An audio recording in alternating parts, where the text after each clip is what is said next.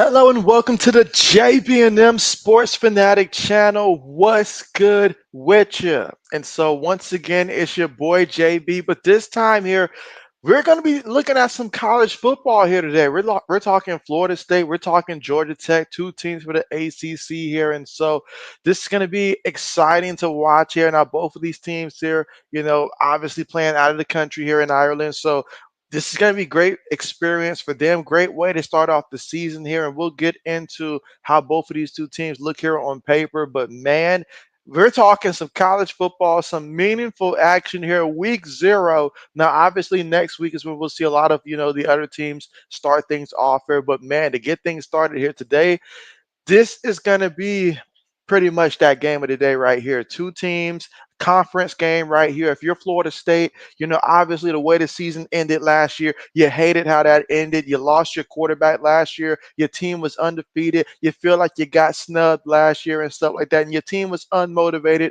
to play a bowl game last year. We get that. But obviously, a lot of changes this year. Bringing in a quarterback like DJU brings in a lot of experience and stuff like that. 2 years ago, he himself was at Clemson and stuff like that last year. He had some successes as well. And so I feel like this year they'll utilize more of his athleticism, especially in a game like this against Georgia Tech, where you got to think that Florida State is going to be up later in this game. And so they're going to want to utilize, both the ground game from the backs as well as the athleticism of DJU in this one. So looking forward to seeing how this was going to pan out, guys. But yeah, kickoff will be momentarily, but gives me a great time to go ahead and put up the question and see what do you guys think in this one? Who you got winning and what will be the final score?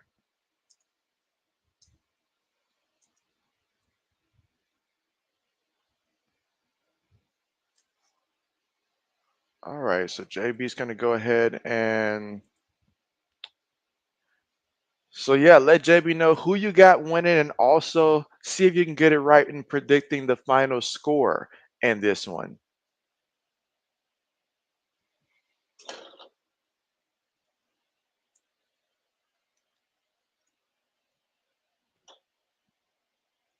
All right, so they're getting ready to do the coin toss here. And soon we'll get this one on the way. I like the addition of Rodell Williams in the backfield for Florida State, especially in a game like this. I feel like they've got to feed him at least at the minimum 15 carries, but I would have to think that he'll get at least between 16 and 19 carries, I would anticipate. I'd like to see him hit 20, though. I'm not going to lie. I'd like to see him get 20 carries, but at least 16 to 19 carries out the backfield for Florida State.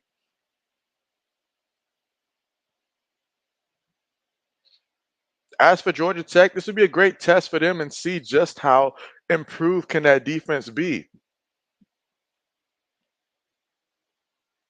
And then offensively, Georgia Tech with Haynes, I am looking forward to seeing Haynes. I know he can use his legs, but how often will he actually use his legs here? That's going to be how much success will he have using his legs? That's going to be the question. And so we've got Laney here. Laney, the first person in the chat. How are you today? Yes, how are you today? And again, you see DJU warming up here for Florida State. Again, transfer. And what I like about DJU is he is efficient and stuff like that. He's not the guy that's going to go out there and throw for 300 yards and 3 touchdowns. That's not his game. But what he will do is a good mixture of, can hand it off, make the quick read, get it to the guy, won't turn the ball over, and he has the athleticism to where he can utilize that. And I feel like last year he really came into his own in terms of just being very efficient and using more so of a structured and stuff like that. But I'm excited to see how Florida State's going to use him. I feel like they will try to take advantage of his athleticism as well, which is certainly something that he showed 2 years ago when he was the starting quarterback for Clemson. But here we go. So Georgia Tech lined up for the kickoff here. And kickoff is on the way, and the college football season is officially on the way. All right, so no return here. All right, so let's see how Florida State looks in this one. And again, I expect the Florida State Seminoles to come out here and to establish the ground game. Now, DJU, he can throw the ball in this one, but they're not going to ask him to throw it that much. He's going to be asked probably to utilize more of his athleticism and stuff like that. And really, they're going to focus on the ground game, especially as this game continues to go on more and more. All right, but here we go. First and 10 here for the Florida State Seminoles. Laney says, doing good. How are you? I am doing great. I mean, your boy stayed up pretty late last night, but I'm up and ready for this one. Now, Florida State from their own 25-yard line, shotgun formation. Receiver goes in motion, fakes it to the receiver, looking, throws it to the back of the backfield. He gets the catch, lowers the shoulder, gets the first down. Something tells me we're going to see a good amount of that today. And so that's a first down there for Florida State. Can they get the first points of the game here and really set the tone here early? You want to come out here, establish yourself. And remember, for these two teams, this is a conference game here. And let's see, Joe says, how are you doing? How are you doing? I'm doing pretty good. How about yourself? And so you say, let's go, Georgia. So you're going Georgia Tech in this one? All right, first and 10. Shotgun formation again. DJU making adjustments here. Trips top of the formation. One receiver, bottom of the screen. Snaps it. Feeds it to the back. In the back, off the right side. Look at that. Picks up about 8 on the carry. And so if you're picking up 8 yards a carry in this game, which I anticipate that they can get upwards of, 6 to 10 yards per carry if they wanted to, defense is going to be in for a long night. And that's just what you need for DJU. Give him some runs, to let him hand the ball off to the back, and also he'll get the ball out there, make those quick reads as well, keep the defense on their toes here. So this is exactly the perfect type of game for DJU for Florida State. But here we go, 2nd and 2. Will they opt to run it again? Florida State trying to blitz. They give it to the receiver here, and the receiver, oh man, look at that, gets the first down. So Florida State saying, hey, we're not going to let you just key up on our backs here. We're going to utilize some of these receivers as well. We're going to use DJU's athleticism here and just whatever you can here. But yeah, Georgia Tech gave up a lot of rushing yards last year. When I say a lot of rushing yards. That is the weakness of this Georgia Tech team and stuff like that, is that rushing defense. They're a little bit better against the pass than they are against the rush. But now at midfield, shotgun again. Tight end goes in motion. 3 receivers, 1 tight end, 1 back. Snaps it. Gives it to the back. And the back fighting forward there picks up about 2 yards there on the carry. 2nd down coming up. And again, that was Rodell Williams there on the carry. 2nd down coming up. And again, we got 1 for Georgia Tech here. Continue to let JB know who you got winning in this one. And if you want to let JB know the final score as well, feel free to let me know that also. 2nd and 7. Shotgun again at the 48-yard line of Georgia Tech here. Gets the snap. And hands it off to the back here again. And man, look at that. Another first down. This time it was Lucas there on the carry. Jalen Lucas. And so already Florida State utilizing multiple backs in that backfield there. Shotgun again. Gets the snap. Feeds it up the middle. Fighting forward. Look at that push there. And again, Williams, he was a backup last year for Alabama, but he still rushed for more than 500 yards. Rodell Williams did last season. So I look forward to seeing, how they're going to utilize him this season. He's going to have a huge impact here for the Seminoles. But if that offensive line can get success the way that they're getting today, hey, look out. He's going to be in for a good season. All right, so shotgun. They've got multiple backs here next to DJU, and you've got to look out for both of them in this situation. 3 receivers as well at the 18-yard line of Georgia Tech. Now, Georgia Tech, they're showing that they're coming up here because they got to account for everything right now. Florida State has been utilizing a lot of different looks on the ground here. And so they feed it to the back. And, oh, my goodness, is he going to take it to the end zone already? Yes, he is, and we are going to have a touchdown here for the Seminoles. And so Lawrence to Folly there for a 28-yard run and a touchdown there. How about that? And for Florida State, 7 plays, 75 yards, 4 minutes and 2 seconds in terms of time possession off the clock there on that drive, and they get it in there for a touchdown. They honestly made it look easy. They made it look easy. I mean, you look at that, wow. You got to look out for both 24 and 9 if you are Georgia Tech there in the backfield. Not to mention, DJ, you can also make it do what it do. But that time, Florida State goes for 2, and they get it to Courtney there, the tight end. And wow. They're already up 8-0 here. Florida State says, hey, we're ready. We're focused. We're focused. Norvell's got this team ready. Now, how will Georgia Tech respond here? That's going to be the question. If you're Georgia Tech, the last thing you want when you get the football is to go 3 and out and stuff like that. You have got to go out there and establish, at least come away with some kind of points here. You know, you want to make sure that you don't just go out there and lose the momentum battle this early. But yeah, that time they lined up in the fake there, had a guy go in motion and ran it off the left side there. So Florida State scores on their opening possession of the game. Gotta love that. Gotta love that.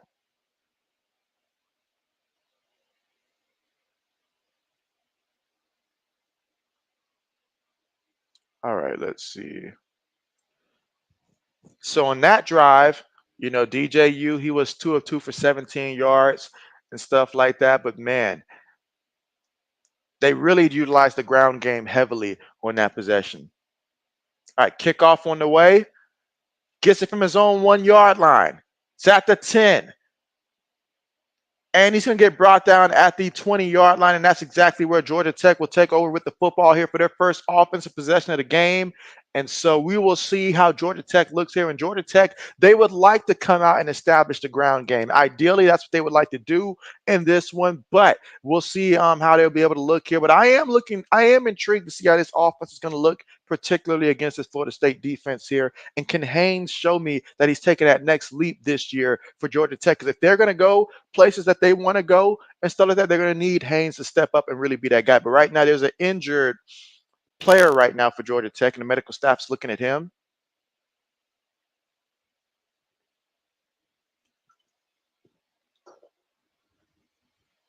And let JB get his tablet ready here as we hit the commercial. Again, if you're just tuning in here, let JB know in the chat who you got winning in this one, or at least who you're rooting for in this one. But yeah, opening drive there, touchdown. Florida State made it look very easy there. Made it look extremely easy there. And if you happen to miss it yesterday, JB did take Florida State to win this game. But again, we're at the commercial thanks to the injured football player for Georgia Tech. Hopefully he's okay. RC, what's good? RC says, JB, what up, cousin? So, hey, just out here enjoying this Florida State and Georgia Tech game, you know? So, how about yourself? Your boy was up very late last night, very late last night.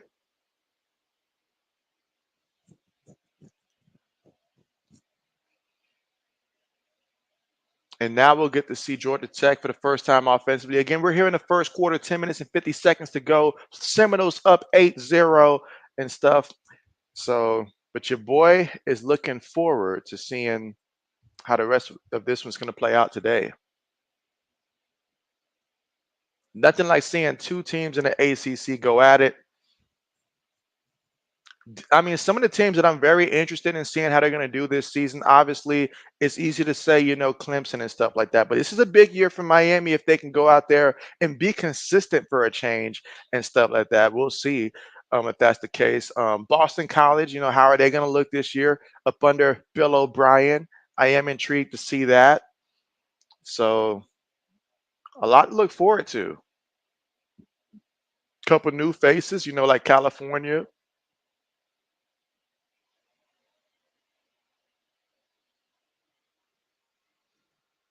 And let's see, RC says, I forgot all about the game after just waking up 25 minutes away. At least you brush your teeth and wash your face. And so, man, JB was asleep up until about 25 minutes before the actual kickoff here. So I understand that because your boy was up super late, 10 in the morning. So absolutely. Absolutely. But again, we're currently right now at the commercial.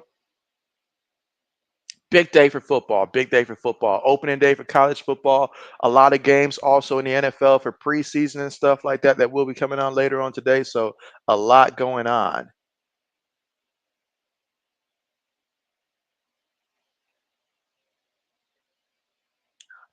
All right, so here we go. First and 10 here for the Georgia Tech Yellow Jackets. And so I'm hoping that the Yellow Jackets can go out there, put together a nice solid drive here offensively. They know they're going to have to come out here and try to just, keep this one respectable. And so Mike says, thumb it up. I appreciate that, Mike. How are you today? Meanwhile, first and 10, hands it to the back in the back. Oh, look at all that space. He's still running there. Oh, my goodness, to about the 35-yard line. My man picked up about 15 yards on the ground. Seminoles, what's going on? What's going on? Wow. Excellent job. If the offensive line can open up holes like that, oh my goodness. RC says Boston College used to be good in basketball. Keyword used to.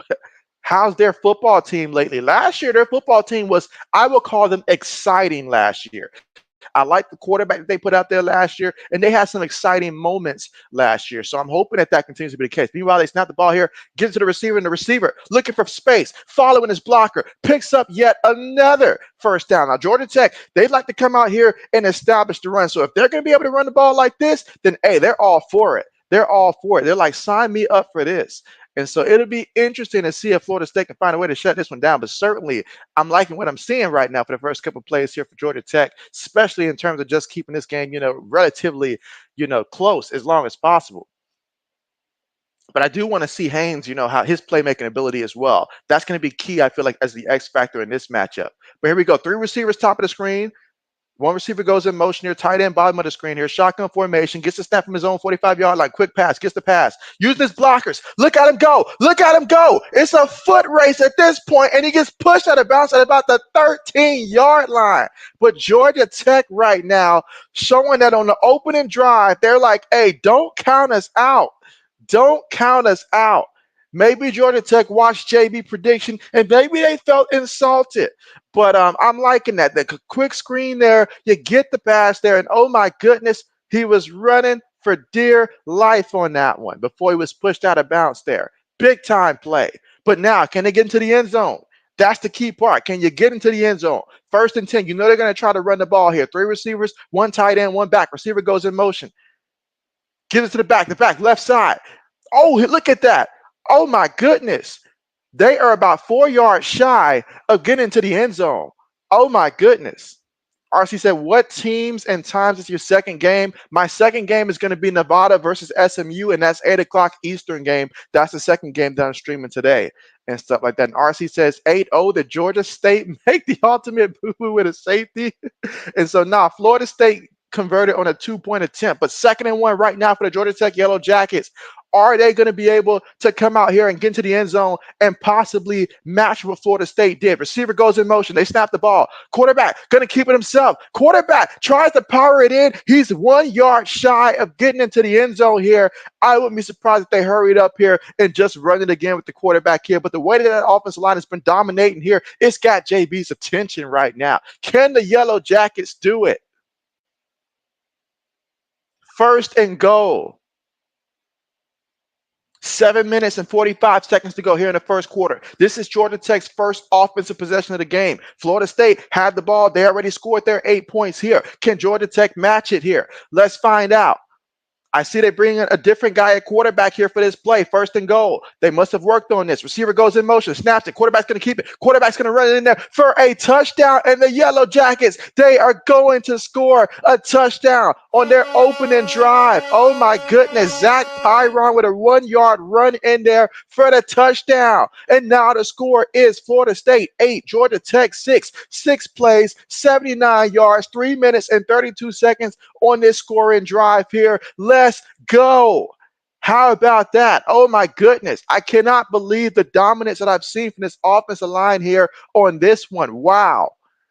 Can Georgia Tech be plotting some type of an upset here? Oh my goodness.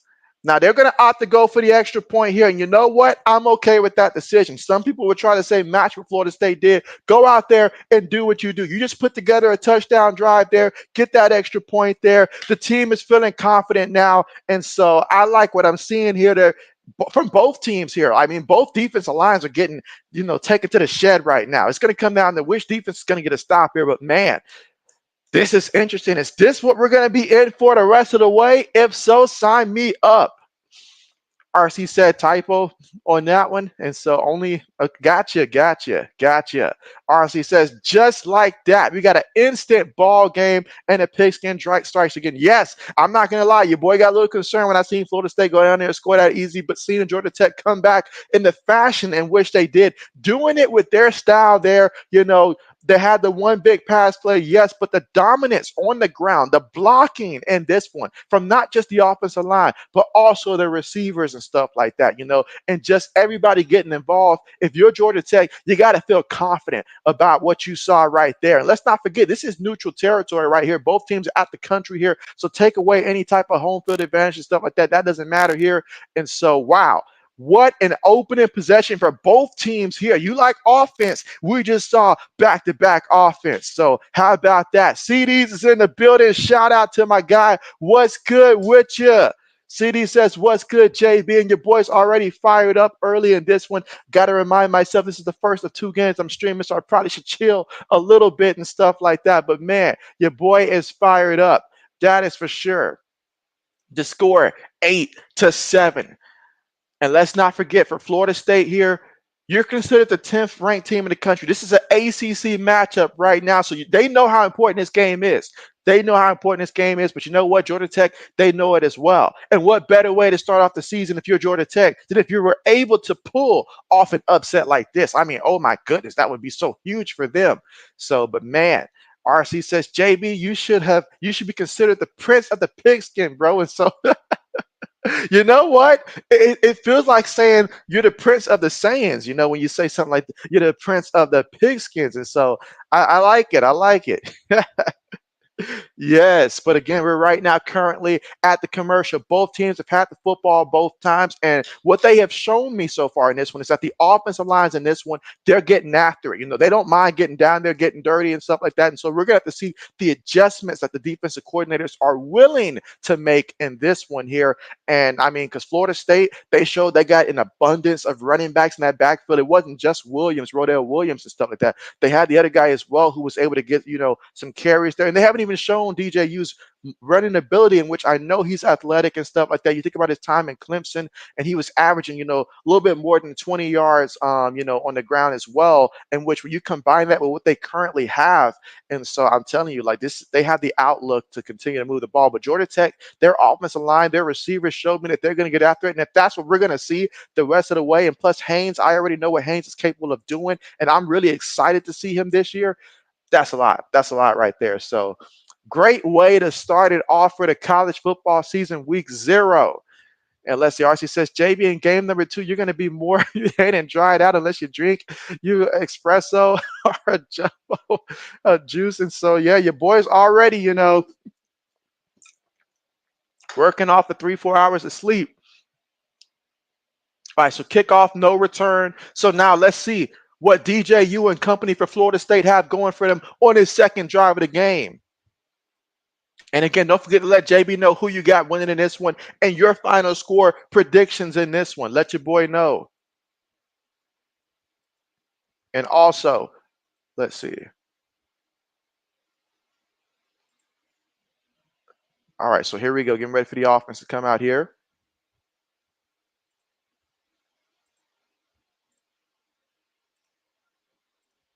All right, perfect. All right, so 1st and 10. Snaps the ball.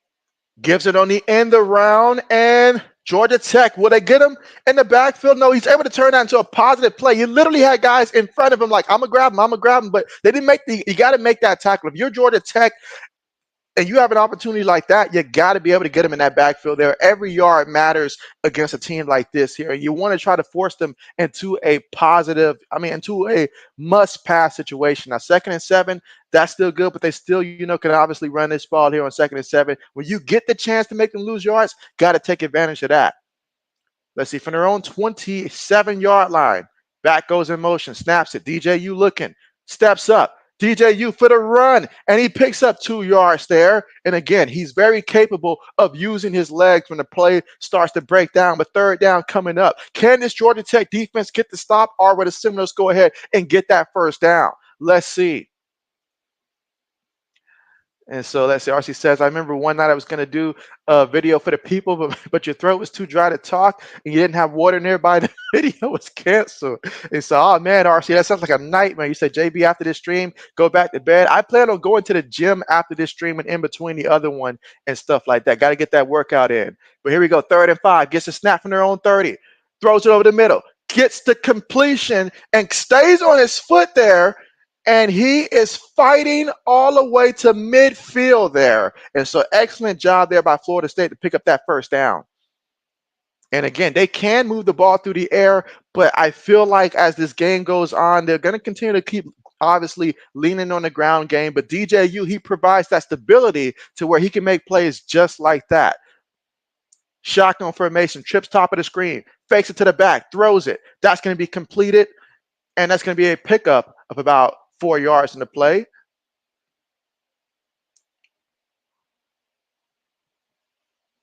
All right, so now they're going to be making some package substitutions here. 2nd and 6 coming up. Again, 1st quarter, 5 minutes and 20 seconds to go. Florida State leading this one 8-7 right now. And so, oh man, RC. Again, DJU right now, 4-4 for 42 yards. Shotgun formation here. Receiver goes in motion. Gives it to the receiver. And he is going to get enough for the 1st down. And so Seminoles moving the ball, moving the chains and stuff like that. And that's exactly what you want to see if you're Florida State right there. Continue to move the ball and stuff like that. Pick it up, on the ground. You got to get creative. You don't want for Georgia Tech to be able to key in on 1 or 2 guys here. So you're going to see them continue to utilize different guys out there. But you look at the guys back there, I'm really excited about Rodell Williams this season and the opportunity for him with the Seminoles coming over from Alabama and stuff. So, but here we go. This time, DJU's going to line up under center here. 3 receivers, 1 tight end, 1 back. Slot receiver goes in motion, fakes it to him. DJU looking, throws it short. It's dropped by the back on that one. 2nd down coming up. And that's one he knows he's got to catch right there. That's one he knows he's got to catch. I really like the play calling so far early in this one because you got a little bit of everything coming to where the defense has to constantly think and stuff like that. And that's exactly what you want here is for them to think who's going to get the ball, because there's so many things that you can do. All right, 2nd and 10, shotgun formation. Ball at the 39-yard line of Georgia Tech. 4 minutes and 17 seconds to go here in the 1st. Snaps it. Gives it to the back. The back fighting forward. How many yards? He gets a couple yards there on the play. 3rd down coming up. All right, 3rd down coming up. Again, 1st quarter with 4 minutes left to go here in the 1st. And man, what a start to this one here. Both teams had the ball already. Both teams scored. Can Florida State add more to it? And obviously they're thinking touchdown here. That is what they want. But on 3rd and 6, shotgun formation. 3 receivers, 1 tight end. If you're Georgia Tech, you want to get the stop. Tight end goes in motion. And they're going to opt to hand it to the back here, and he's going to pick up 2 yards, but there is a penalty right now. There is a penalty. And they're going to call holding on the offense.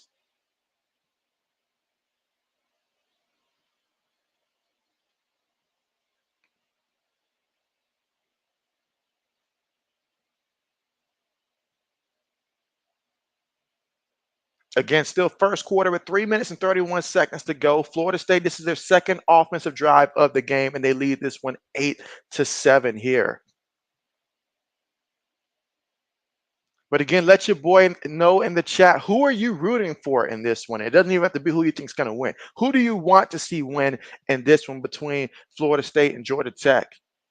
All right, they're going to decline that one. They want to go ahead, bring up that fourth down there. And so I certainly understand the decision to go ahead and be like, okay, we rather it be fourth down here because, I mean, do you really want to give them another crack on third down? Help your defense out here.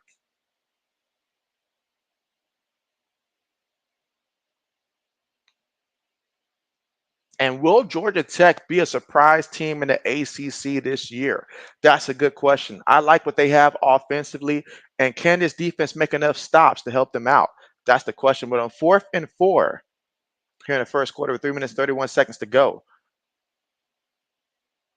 Big time play here on 4th and 4. Let us see. All right, here in the shotgun. Gets the snap. Looking. Throws it to the back. And the back. Gets it. But he gets the stop. Oh, my goodness. Excellent tackle there by Georgia Tech. DJ, you got that ball out there quickly. But, man, Leslie Laney says Georgia. Okay, so Georgia Tech. Okay.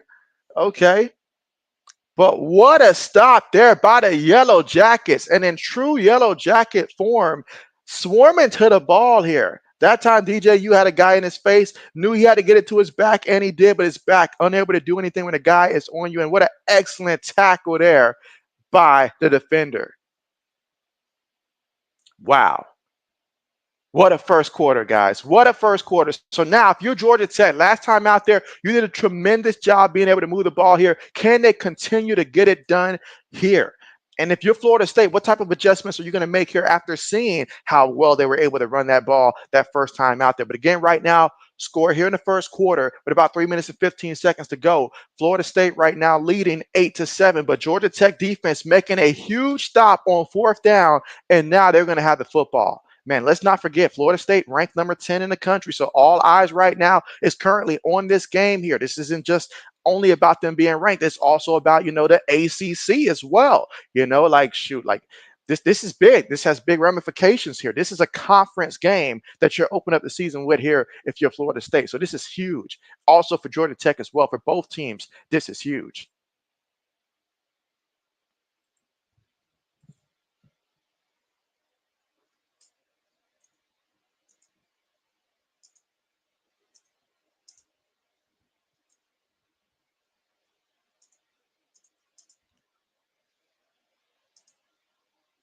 All right, and JB's putting up another question here.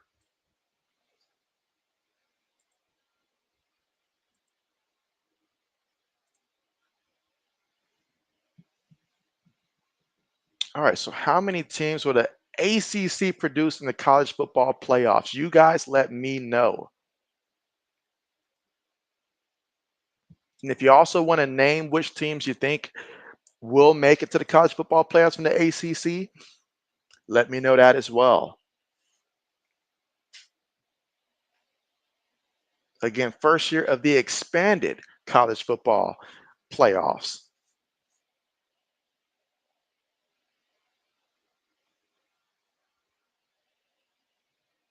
But again, we are at the commercial right now for week 0 of the college football season. That's right, you heard me correctly, week 0. And to look at the numbers now that JB's got his tablet up and running. So far in this one, DJU 6 of 7 for 50 yards passing through the air so far in this one. He's got 1 carry for 2 yards here. I expect at some point that DJU is going to have a little bit more of an impact on the ground as well to complement what he can do throughout the air. And obviously, you got to think about Rodell Williams, who's got 4 carries, 24 yards. And then Lawrence Tafali, he's got 1 carry for 28 yards, that touchdown, 28-yard run.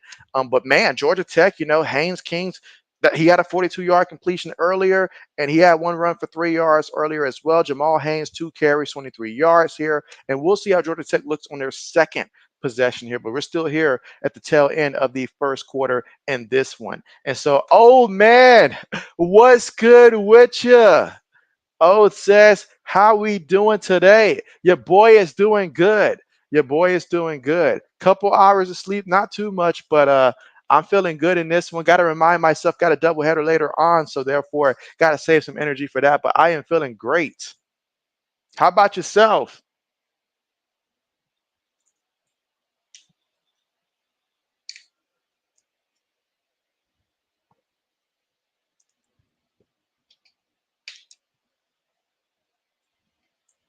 All right, so here we go. From their own 31-yard line, receiver goes in motion. Going to hand it to the back, in the back, trying to get off the left side there. And, oh, Florida State's going to shut that down. Florida State's going to shut that down. They're like, we're not going to let you just have your way running the ball like that. They got in the backfield, had the running back lose a bunch of yards there. Second down coming up, second and long. And if you're Florida State, that's really what you got to do. On first downs, you got to go out there and ensure, like, hey, we're not going to let you just continue to go down there and run the ball. We're going to force you into some obvious passing situations. That's ultimately what you want to do. Oh, it says doing good, ready for the Pats to play and see May. And so, yes, absolutely. Meanwhile, tight end goes in motion here, snaps the ball at the shotgun, throws it to the back, and the back gets the catch here. Can he utilize his blockers well enough there? Going to be a short gain there on the play. Third down coming up.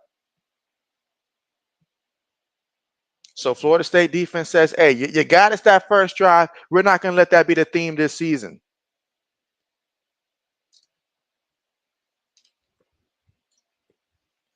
So it looks like he got back to the line of scrimmage on that one. All right, so 3rd and 16. With about 2 minutes to go here in the first quarter of play. Florida State up 8-7. Georgia Tech facing 3rd and long. Snaps the ball. Haynes going to keep it himself here, trying to make it do what it do with his legs here. Going to pick up a few yards. That's it.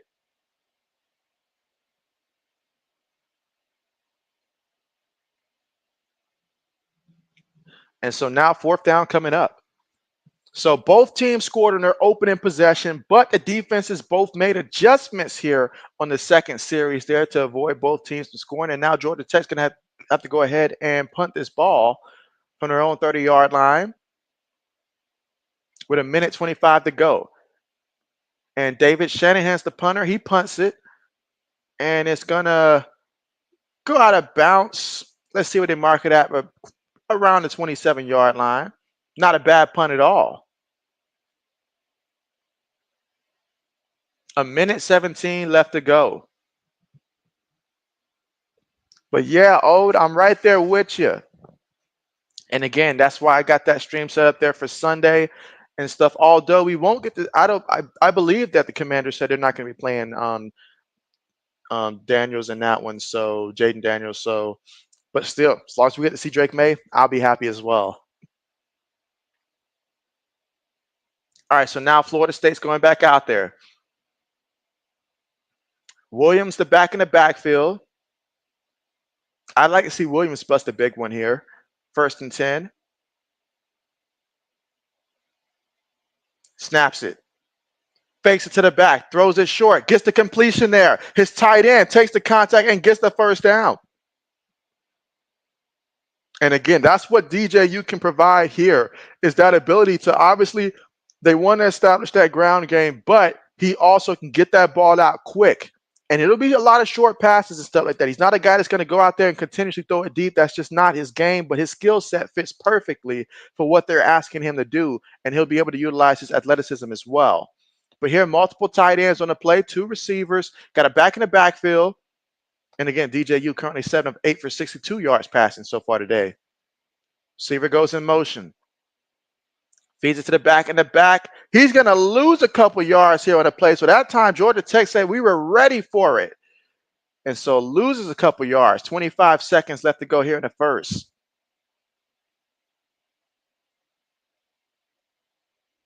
And the difference is the first drive for both of those teams, the offensive lines, they were moving guys back. But here, defenses have certainly made adjustments here. 2nd and 13.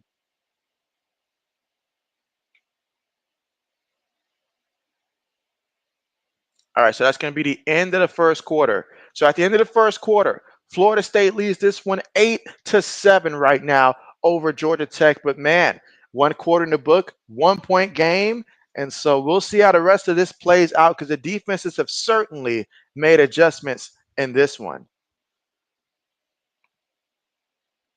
Now, is anybody willing to say that Georgia Tech is going to pull this one off? If so, let JB know.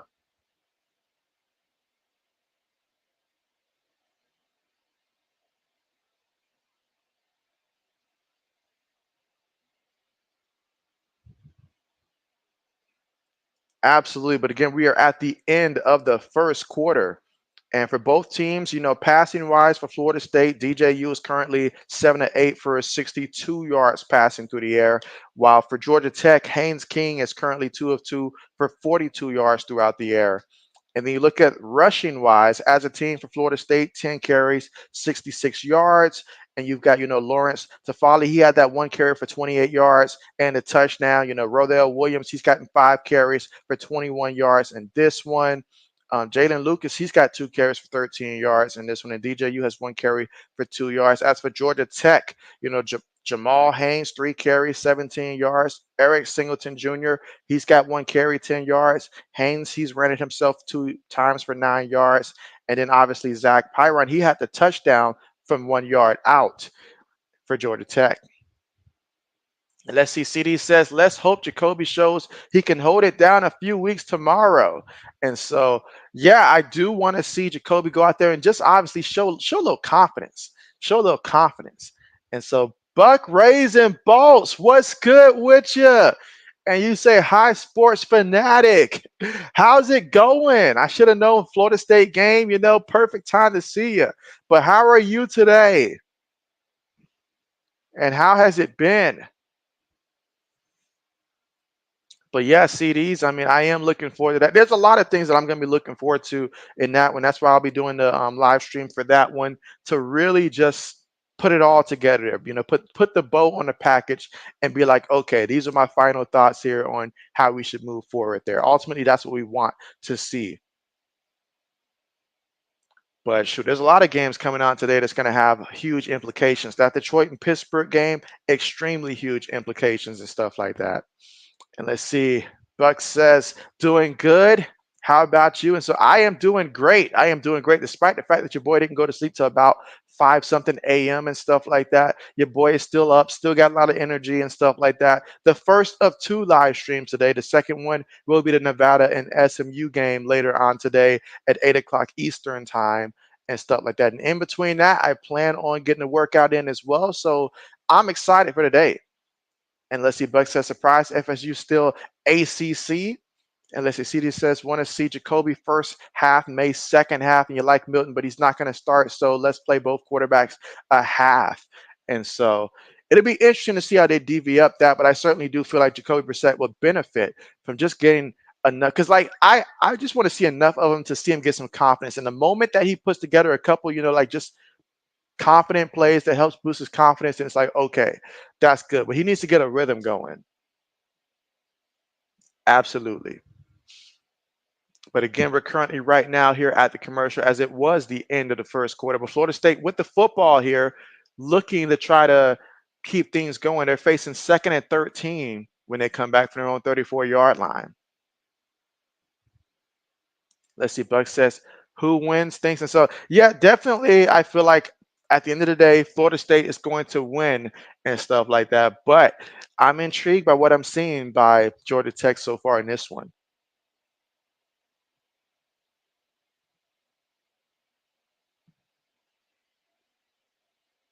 A good old ACC battle.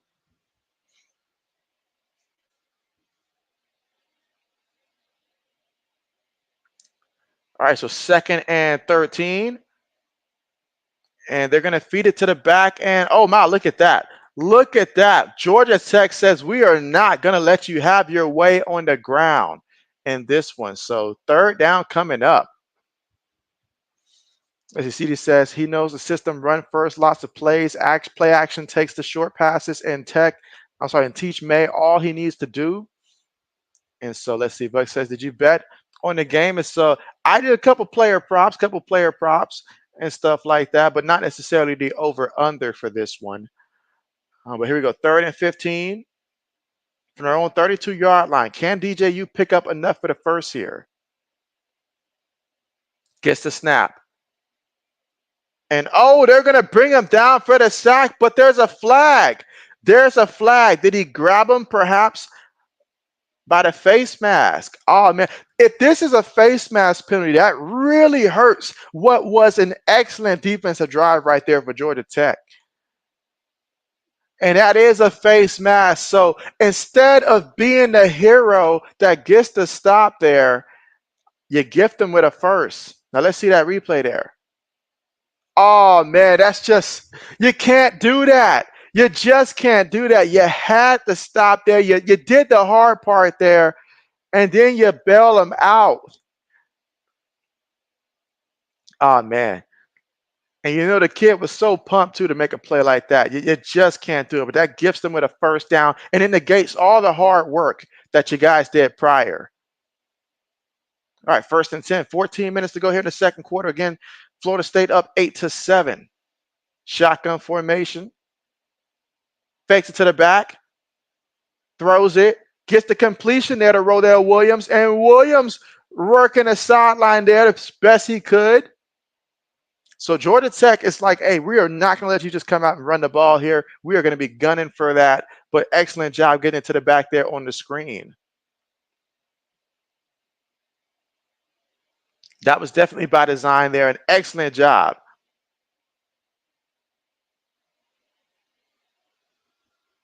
And so Braden, what's good with you?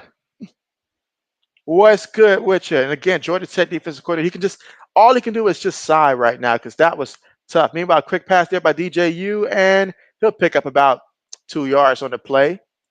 Georgia Tech's being extremely aggressive right now to try to prevent the ground game. And so Florida State's trying to do a couple quick plays and stuff like that just to be able to ensure that they don't allow this Georgia Tech front to just keep keying in on their ground game. Braden said that Florida State go for 2. Yes, they went for 2. They scored the first touchdown, and they went for 2. All right, 2nd and 8. All right, here in the shotgun. So on 2nd and 8, let's see what they call. Making adjustments here. 2 receivers top of the screen here. Got a couple tight ends in the backfield. And they're going to hand it to the back in the back. Still trying to remain on his feet there. Great pickup. Picked up about a good 6 yards there. 3rd down coming up. And again, Florida State using a number of running backs in this one. Let's see. Braden says, interesting. All right, 3rd and 2. And DJU's going to keep it. And, oh, they're going to get him down there in the backfield. Lost it on that one. And so Georgia Tech, hey, they're trying to key in. They are anticipating run. They're guessing run now. And they're being aggressive about going back there and stopping it. I'm sure they heard all off season long about how bad their run defense is. So they're being aggressive here.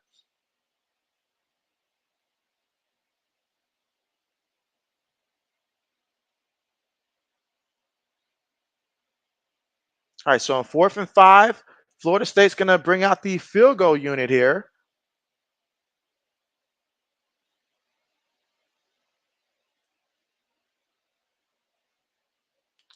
Kick is up, and the kick is good. So Florida State cashes in for 3 points there.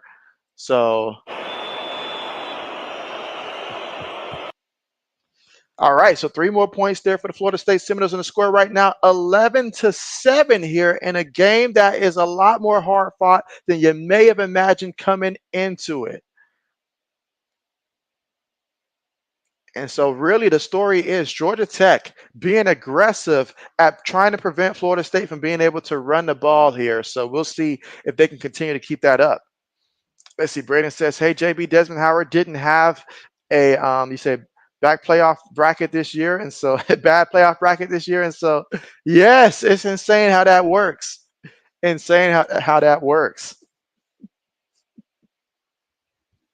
Oh, man.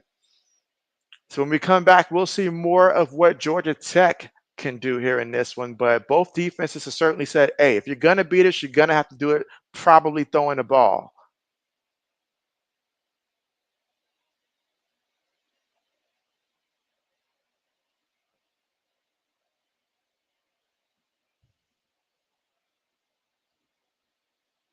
So we will see how that plays out.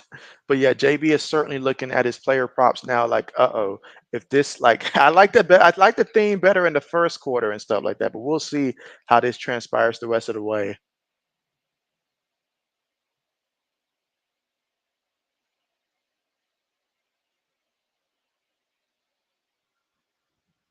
At some point, I'm gonna need DJU to have like a big run at some point.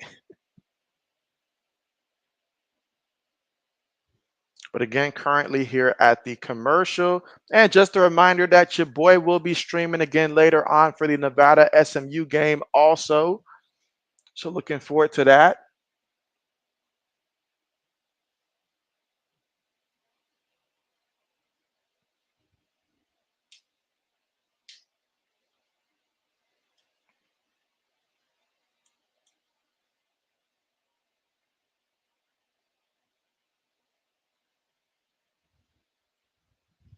And again, Florida State just tacked on 3 points there here in the second quarter, 11 minutes and 6 seconds to go. Florida State up 11-7.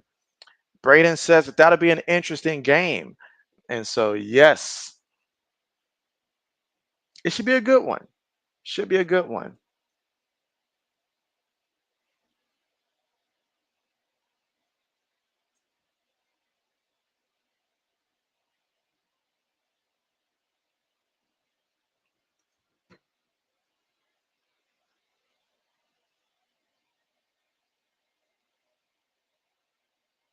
All right, and again, so far, let's see if Georgia Tech has something special planned here.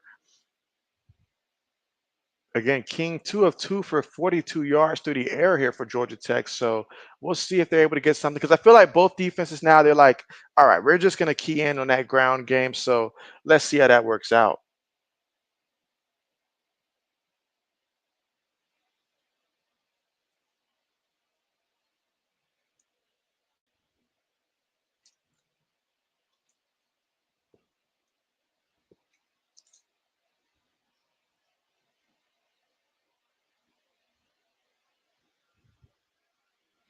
Let's see. Braden says, are you going to do more double streams this year? Braden, I plan on it as long as as I said before, as long as the views are like there to where there's enough people showing up and stuff like that.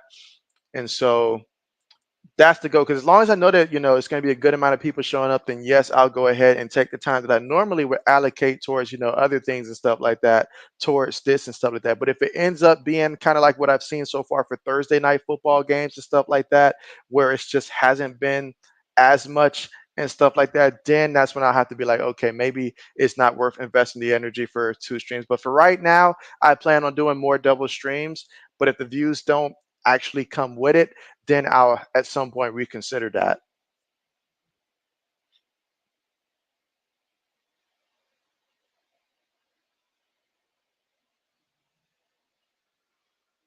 Let's see, Braden says, nice, can't wait. And so, yes, now next week I'm looking forward to it. I know which 2 teams I wanted to do, but I feel like the second one is going to start towards the tail end of the first one I'll be streaming. So I may not be able to get that one particularly, and I'll have to choose another one. But I'm looking forward to next week.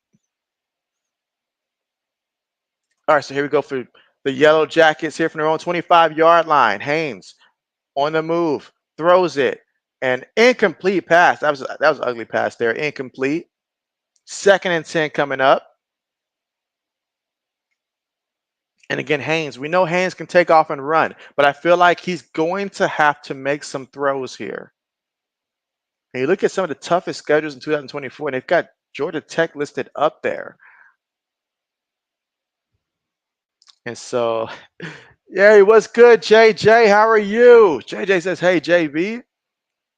All right, 2nd and 10. Feeds it to the running back. And look at that. He picks up about a good 5 yards there on the carry. Even takes the time to help up the defender there. 3rd down coming up, with about 10 minutes and 45 seconds to go here in the second. And Florida State leading this one 11-7. But can Georgia take it a 1st down and put together a similar drive to what they had their first offensive drive out there? Let's see, Judge says just got up. And so nice. Braden said had your first fantasy draft on Wednesday, and it's a no management league. And so how do you feel about your team? Meanwhile, 3rd and 5. Throws it, gets the completion, and a first down. Brought down at about that, let's see, 38. Wow, big time play there. Big time play. That's like 42. And if you're Georgia Tech, that's what you want. When you do have to pass the ball there, that's what you want. Get those completions there and keep it moving. 10 minutes to go here in a second. 3 receivers top of the screen here, tight end bottom of the formation, put a guy in motion, and they will hand it to the back, and he is going to continue to fight forward there for as much as he could and picks up at least about 5 yards there in the carry. So getting back to what you want to do if you're Georgia Tech, utilizing that ground game and then playing off of that to use the mobility and the strengths of Haynes in this offense. So now 2nd and 4 coming up. And if you're Georgia Tech, that's exactly what you're hoping for. 2nd and 4, 2nd and 3 situations here. King making adjustments. Shotgun formation here from their own 47-yard line. Feeds it to the back again, and the back. Look at him go.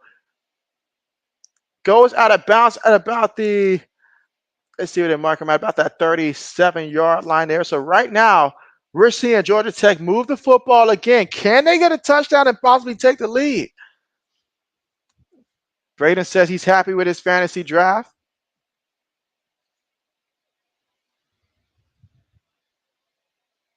So can it all come together right now for Georgia Tech? That's what we need to know. They're averaging about 6.4 yards per rush today. Play fake. Taking a deep shot. Oh my good. Oh, he was all by himself. All by himself. That's a play you have to make every day of the week. He had Singleton. It doesn't get no better than that. It just doesn't get any more open than that. That's a play that you really want back. Because that time he caught Florida State snoozing. Caught him snoozing. He was all by himself, guys. All by himself. I don't know what other kind of shade of open do you need, but that's a play that if you're the offensive coordinator, you're shaking your head right now. You're saying, I dialed it up. It was there. Man. And so Dixon Way, what's good with you? And let's see. Haynes is going to take off there. Nice pickup. Okay, first down, 1st and 10. But that was still a big time pass. That's a pass you got to make, baby. It was there. It was there. But after that, he's like, you know what? I got to run it to make up for that. But yeah, Dixon Way says, like 5 smashed. Appreciate that. How have you been? With 7 minutes and 45 seconds to go here in the 2nd quarter of play.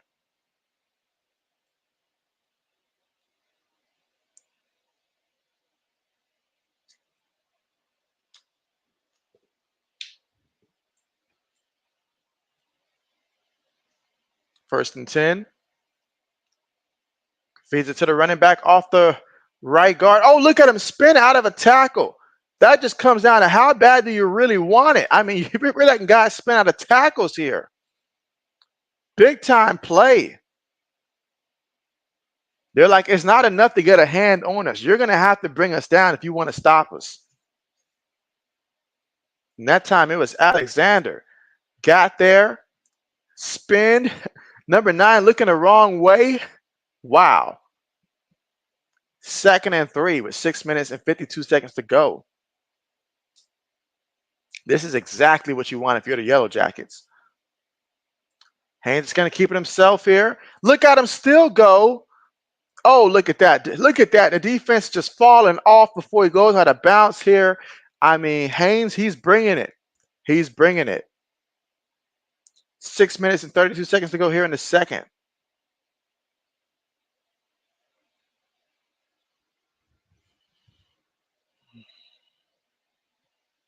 Current drive, 9 plays, 61 yards, 4 minutes and 50 seconds in terms of time possession off the clock. Receiver goes in motion, snaps it. Gonna feed it to the back up the middle, and he's gonna fight for it for a couple yards here. Second down coming up. And right now, all DJU and company can do on that sideline is just sit there and watch because you're sustaining a nice long drive here, which means less time for Florida State right now. So DJU trying to stay warmed up over there. 2nd and 6. Can the Yellow Jackets go ahead and pull this one off and get into the end zone, guys? All right, for the 10-yard line. Haynes going to keep it himself here. And he is going to get near the first down marker. Is it enough?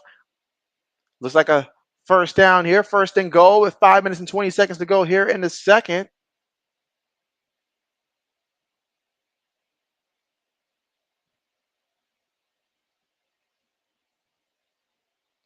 So, oh man, wow.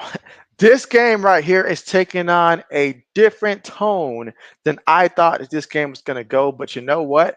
I'm loving it. So here we go. First and goal.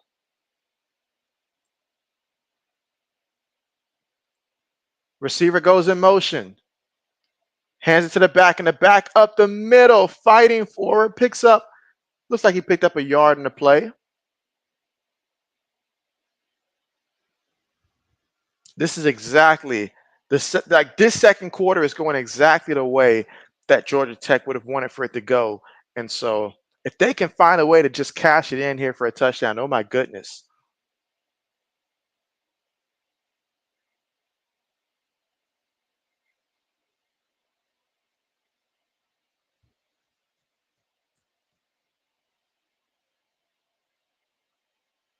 All right, so we go multiple tight ends here, 2 receivers, 1 back in the backfield. Receiver goes in motion.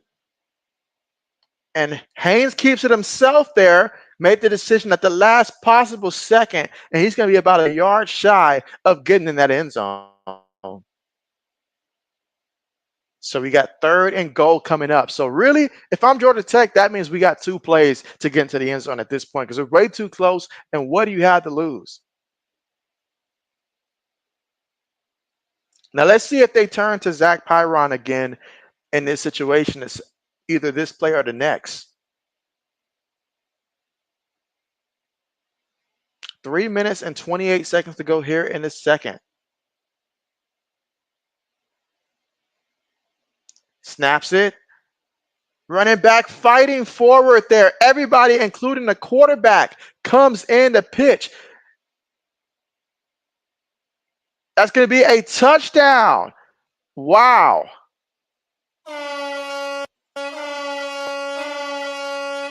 14 plays, 75 yards, 7 minutes and 53 seconds in terms of time of possession off the clock. My goodness. Wow. You talk about a drive. That's what you call imposing your will on the defense. A hard-fought drive. They're fired up there. That motivates the offensive line to say, hey, we can just go up in front of these guys and just, smash mouth football there. But 14 plays, 75 yards there, and almost 8 minutes off the clock. Wow. Georgia Tech leading this one 14-11. Now, how many people woke up and thought that almost at halftime we would see Georgia Tech here with a 3-point lead right now, 14-11? But wow. And if you're Florida State, a Florida State fan, you're probably highly concerned right now with what you're seeing. And so look at the excitement on the sideline there for Georgia Tech. Wow. So when we come back, we'll see Florida State offense, in which last time out there, they was not able to move the ball all that much, especially on the ground like they would want to. I would like to see them go ahead and just double down, let Rodell, get his carries, and find a way to get DJU involved in the ground game as well, because that's going to help slow down the defense from just keying in on their backs and receivers and stuff. So, but they've got a lot that they've got to try to do, and not a lot of time before halftime to do it.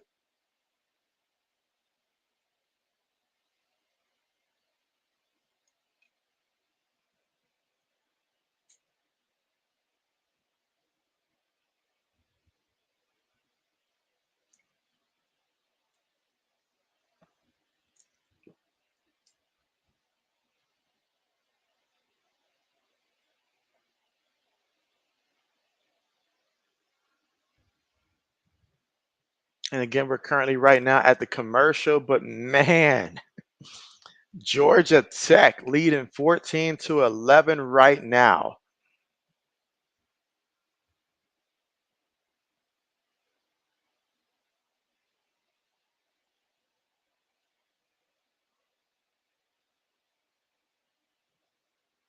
Let's see. Braden says Packers are playing now.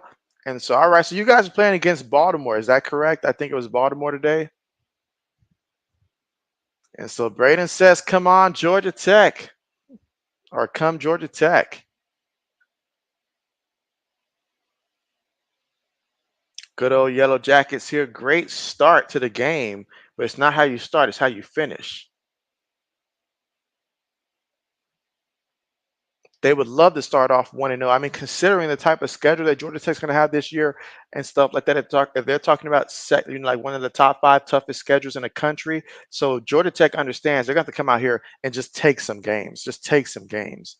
Let's see. JJ says, "Gotta go, JB. Sorry I couldn't stay. Just wanted to say hi to you in the stream. So I appreciate you coming through, and thanks for the heads up, JJ. Absolutely."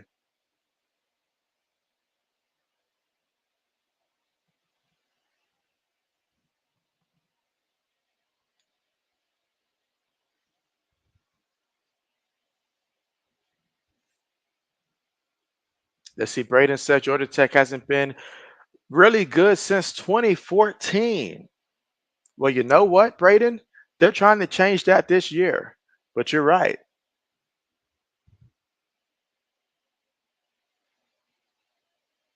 Almost a decade.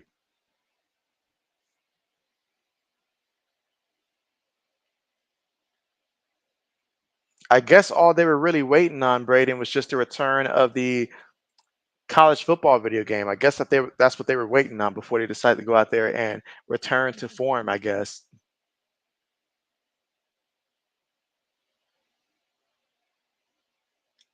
All right, kickoff. No return here. So we'll see what DJU and the Florida State Seminoles can do here in the second quarter with about 3 minutes and 13 seconds to go. One benefit this does have here, if you're Georgia Tech, is obviously the defense. They got to stay on that sideline for a lot, stay rested and stuff like that. So let's see how Florida State comes out here, but they know that they got to try to respond.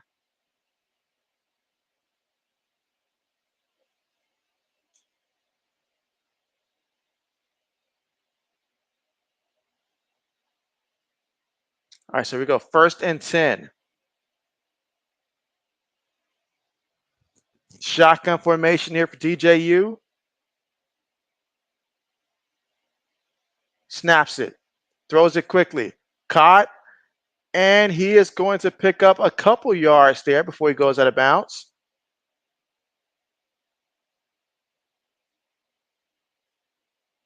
Second down coming up with 3 minutes to go here before we reach halftime. Braden says that you guys kicker hit a 54-yard field goal. Okay, nice, nice.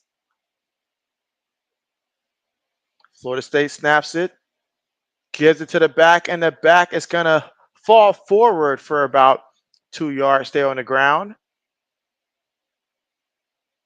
Third down coming up with about 2 minutes and 30 seconds to go. Big third down, because if you don't get this one, that means Georgia Tech's going to get it back. So let's see, can the Seminoles get a first down here? But on 3rd and 7, DJU's he's 10 of 11, 80 yards here, so he can certainly get this first, but let's see if he does. Shotgun formation here. Safety comes up here for Tech. They're sending a blitz. DJU, he gets away. DJU's going to pick up the first down there. Picked up about a good, let's see, 7, 8 yards there on the play. And that time, Tech was swarming all around them, but he found a way to get that first down.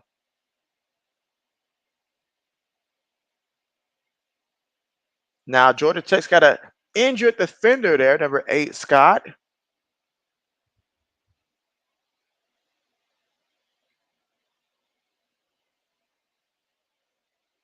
So that's going to be a timeout thanks to the injury there.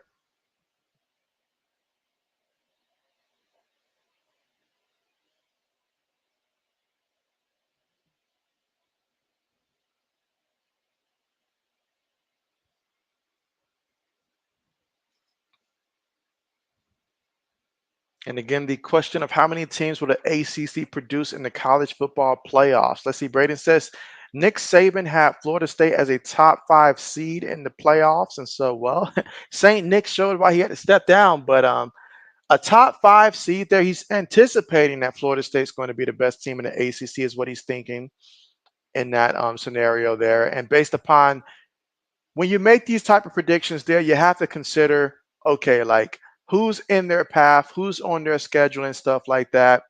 And so if they were to run the table, in which in order to make the college football playoffs, they would have to run the table and stuff like that. So I guess I can understand where he's coming from in that sense and stuff like that. But it would purely be because of the conference and stuff like that. If they was in a different conference, completely different scenario. And let's see, Laney says one team in the ACC. Okay.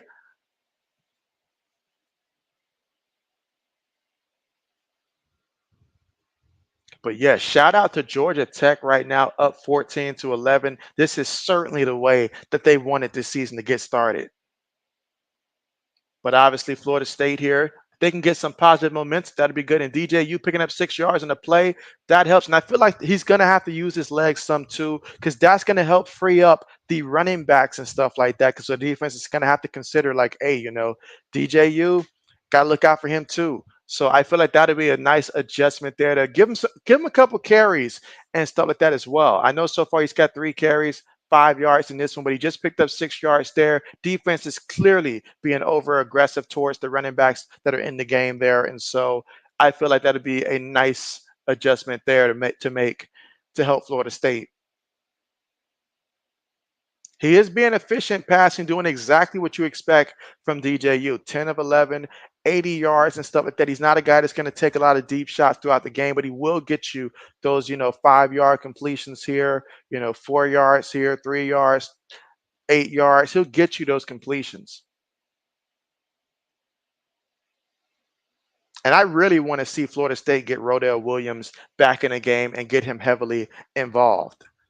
Braden says, is it okay if I put up my conference championship predictions? Absolutely. Absolutely. I know that we were supposed to talk about that yesterday. I know I did mention that, but yeah, absolutely. Go ahead.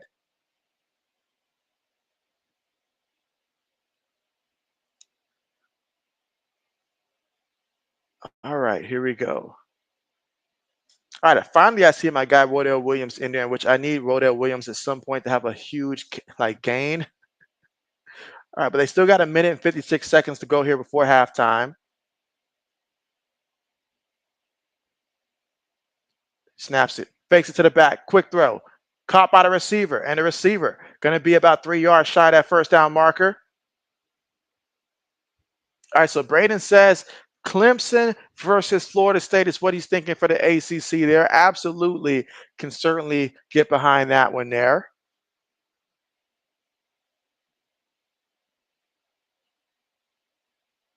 I'd have to say, as of right now, just to start the season, that would look to be the case. Braden says Oregon versus Ohio State in the Big Ten. And so, yes, I would love to beat them in a conference championship game for sure. They feed it to the back, and the back fighting forward there. Is he still fighting forward? Still fighting forward. Will it be enough to get the first down? And it looks like it with a minute left to go here. But Georgia Tech is just swarming around these running backs. 55 seconds to go here before halftime. And again, Georgia Tech will get the ball first in the second half.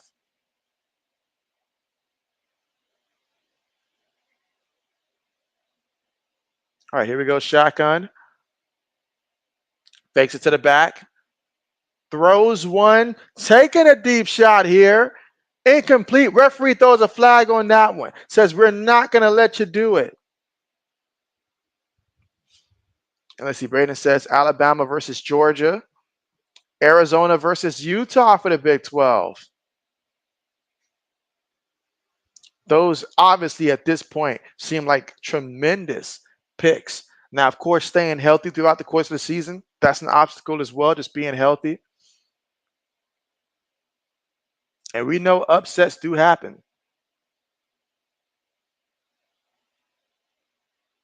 Yeah, there was no need for him to honestly draw that pass interference there because if he just played solid coverage, I feel like that would have been incomplete.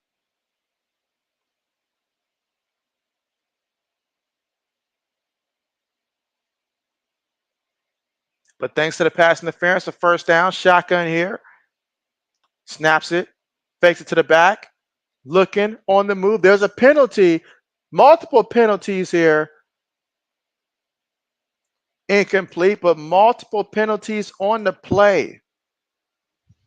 Braden says he is really high on Arizona, and for good reason. They still got their same quarterback from last year, don't they?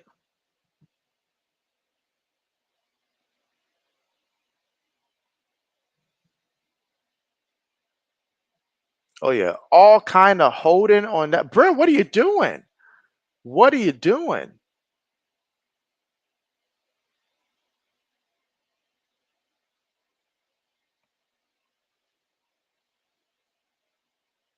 That's tough. That's tough. So now 1st and 20.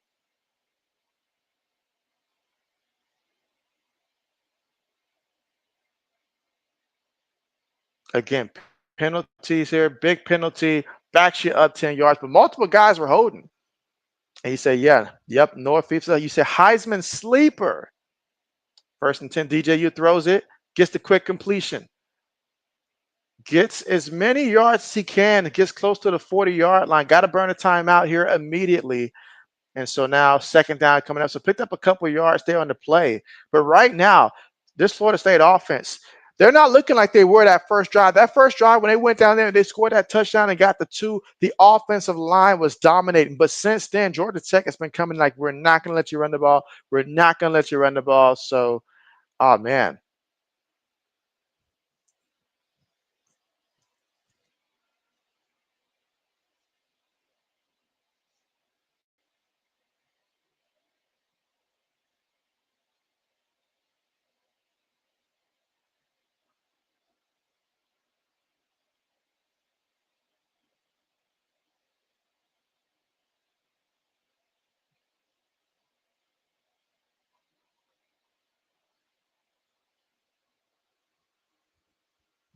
All right, and so far in this one, just looking at a couple player stats. So DJU right now, 12 of 13 for 96 yards through the air, no touchdowns, no interceptions, passing wise. And you got Georgia Tech. Haynes King is currently 3 of 5 for 53 yards. Again, King missed on a wide open receiver and stuff like that, which ultimately they did cash in. But man, that was an open play there. That was open. Now, on the ground game, we'll start with Georgia Tech. As a team, they have 18 carries for 101 yards there and 2 rushing touchdowns in this one.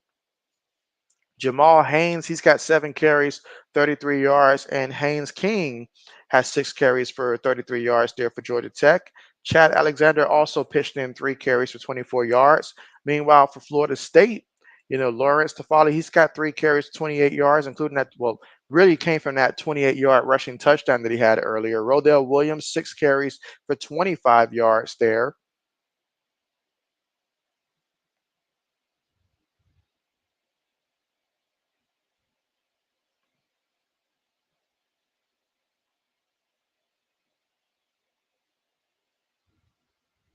And let's see, RC says, JB, I'm back. Welcome back. Welcome back. And again, about 15 seconds before we reach halftime here, Florida State trying to see if they can find a way to get some points.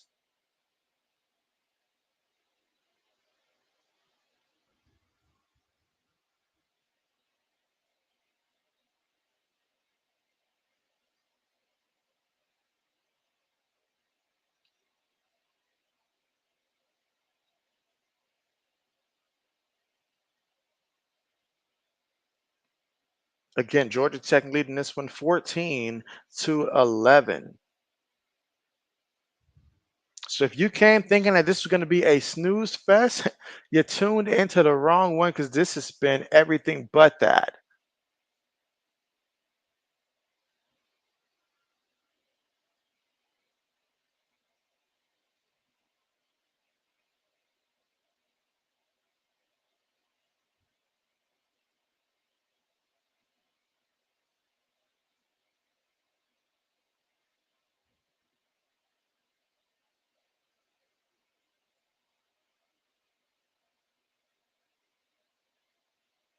All right, and again, if you're Florida State, you're thinking we got to get into field goal range. If you're the Seminoles, that's exactly what you're thinking right now.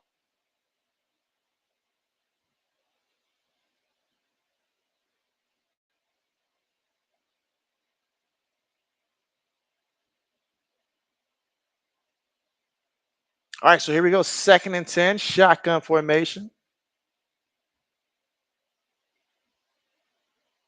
Receiver goes in motion.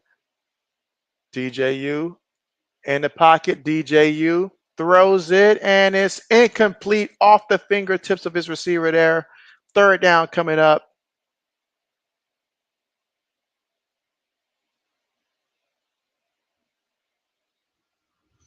Let's see, RC said, had to jump off for a bit, and now I'm listening to you and also listening to the Man Cave by S. God. You said he's doing a top 25 college basketball preview on his channel. He might preview college football next. And so nice, nice.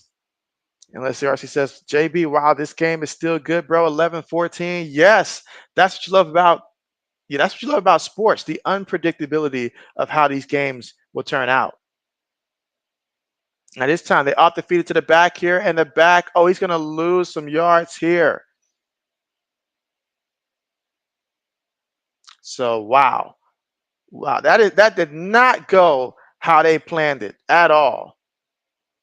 Terrible way to end the quarter there if you're Florida State. You were hoping to run the ball, pick up a couple yards, try to get in field goal range, but instead you end up running out the clock there. You lose yards. Now, it did say that they called a timeout. So did they get a timeout called with maybe a second left on the clock or something like that?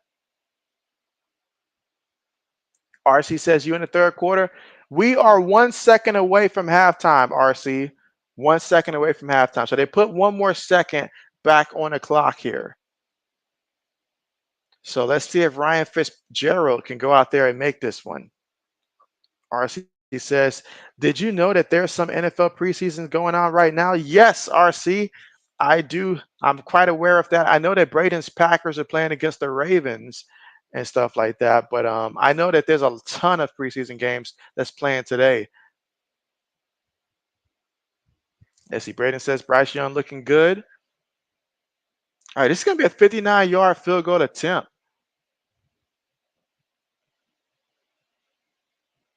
And so Georgia Tech's going to call a timeout, try to ice the kicker here.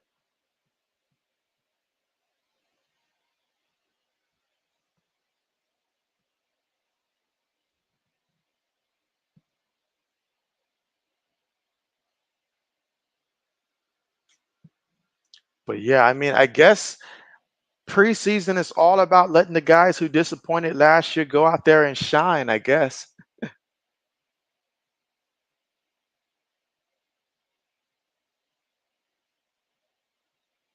All right, so if they can convert on this 50, was it 59, 58 yarder?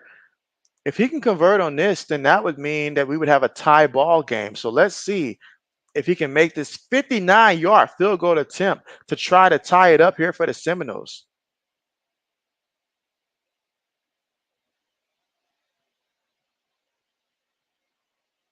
Kick is up, and the kick is good. The kick is good, and so he converted there on the 3-point play. So now we are all tied up here at halftime there, and that you can see the sigh of relief there by Florida State fans to at least see that they are tied up heading into halftime. And again, when we come back to start the 3rd, Georgia Tech will get the football first. But man, all right, let's see. RC says, JB, he just said Texas A&M Aggies are ranked number 12 in a top 25 offseason hoops poll. JB, you like that team? And so honestly, when it comes to college hoops there and stuff like that, JB's got to do a little bit more research there about some of these teams, especially considering how much basketball changes from year to year and stuff like that. But especially when it comes to A&M's hoops team. I know more about their college football team than I do their college basketball team. Braden says Michael Pratt's in there now. You also say that Florida State's got a good kicker. Absolutely. He hit a 59-yarder, to tie this one up here. And so 14-14 is the score. We've got a good one here. You know what? I know it's only halftime, But JB wouldn't absolutely, he wouldn't be mad if later on if we got JBOT and stuff like that. It wouldn't be mad at all. But I'd like to see the offenses come back to life here in the second half. I did take the over on Rodell Williams rushing yards, and so he's got 25 right now. So I need him to have a huge second half and like bust a big one in the second half is what I'm hoping for and stuff like that. I need also for DJU to get more than 20 yards rushing as well. So I'm hoping that Florida State has a very strong second half in terms of running the ball. And as for Georgia Tech, if Haynes can complete some of those passes that he was supposed to complete, that would be nice. But this game going completely different than I thought it was going to be, which is a good thing for us. And let's see, Buck says, good first half. And so, yes, I mean, very good first half.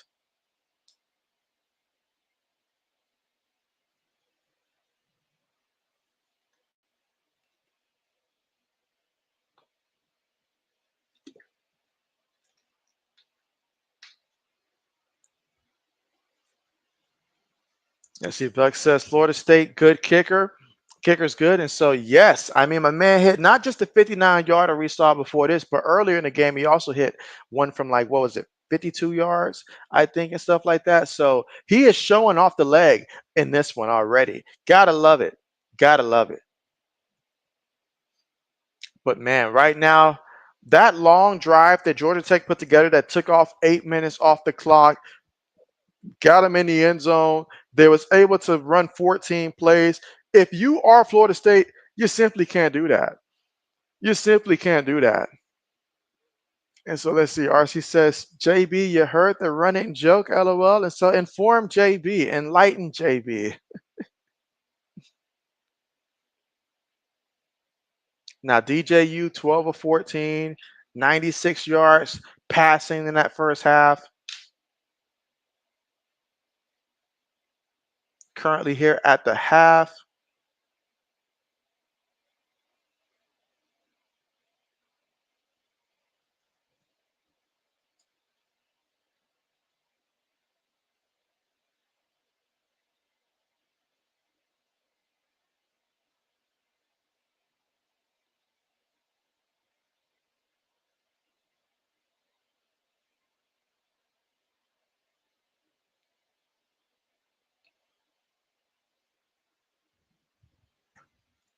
All right, let's see. RC says the joke is that John Calipari won't stop until he coaches every team in the SEC.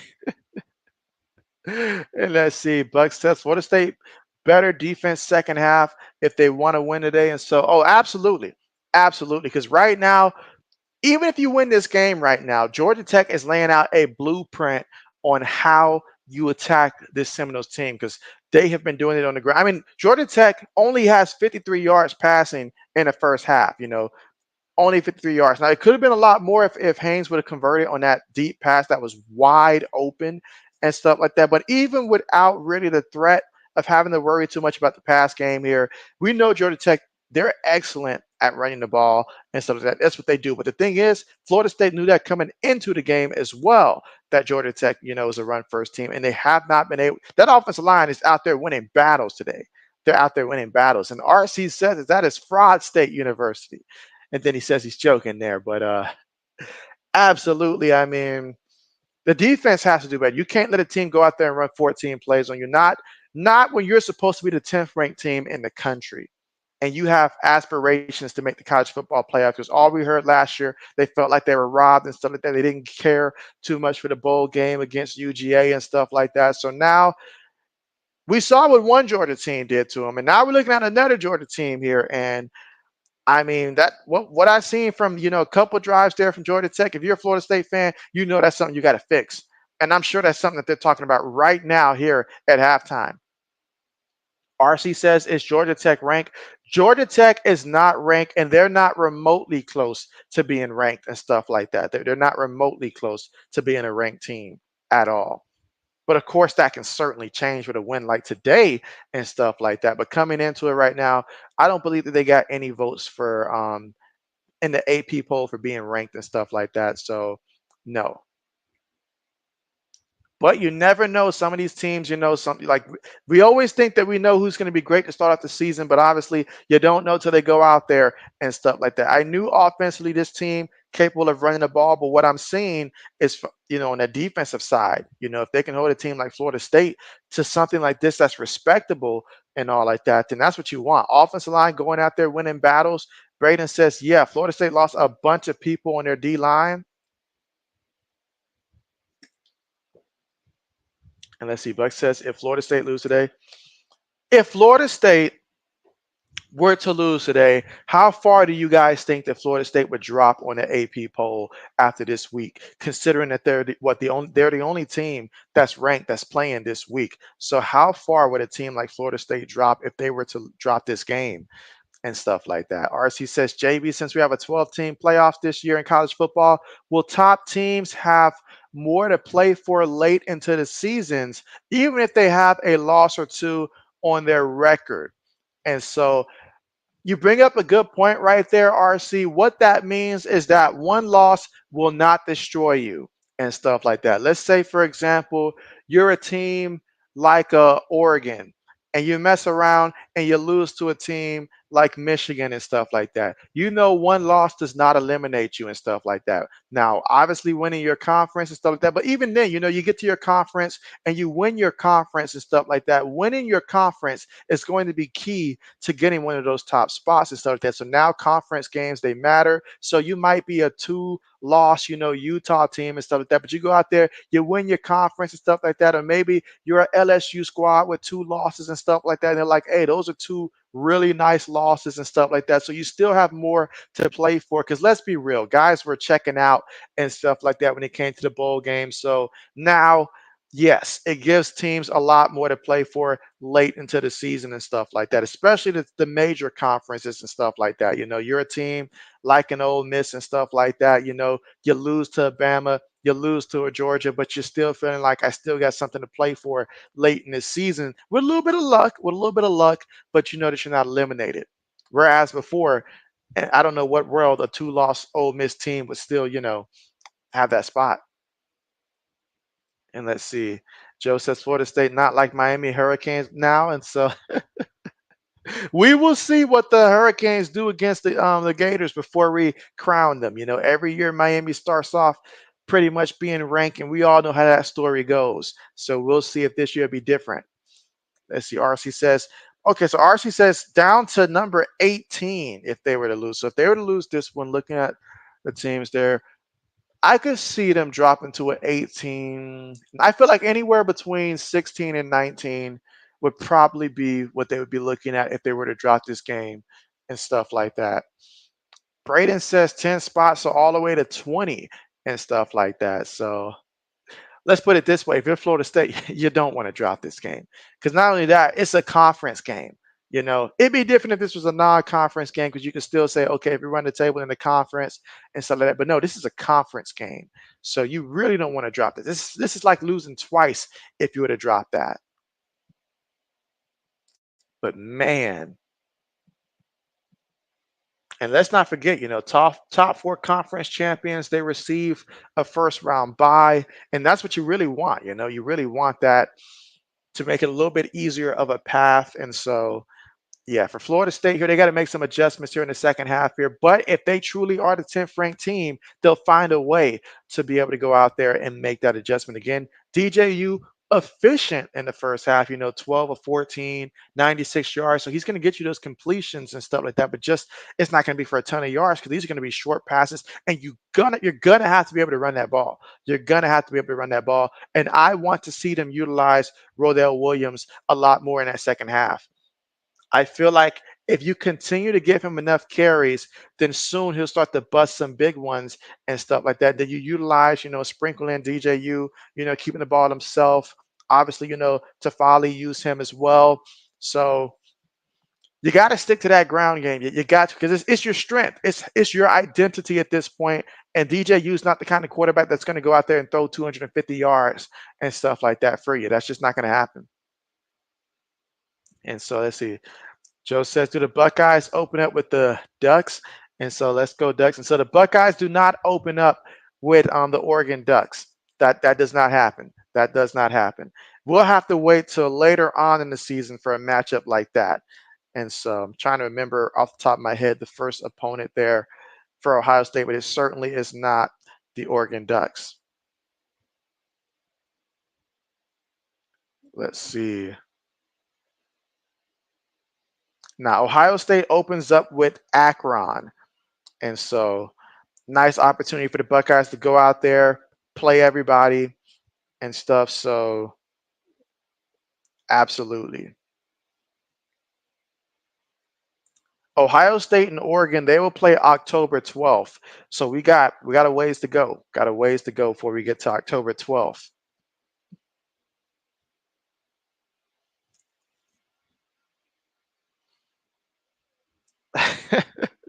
RC says the Ohio State stuck eyes.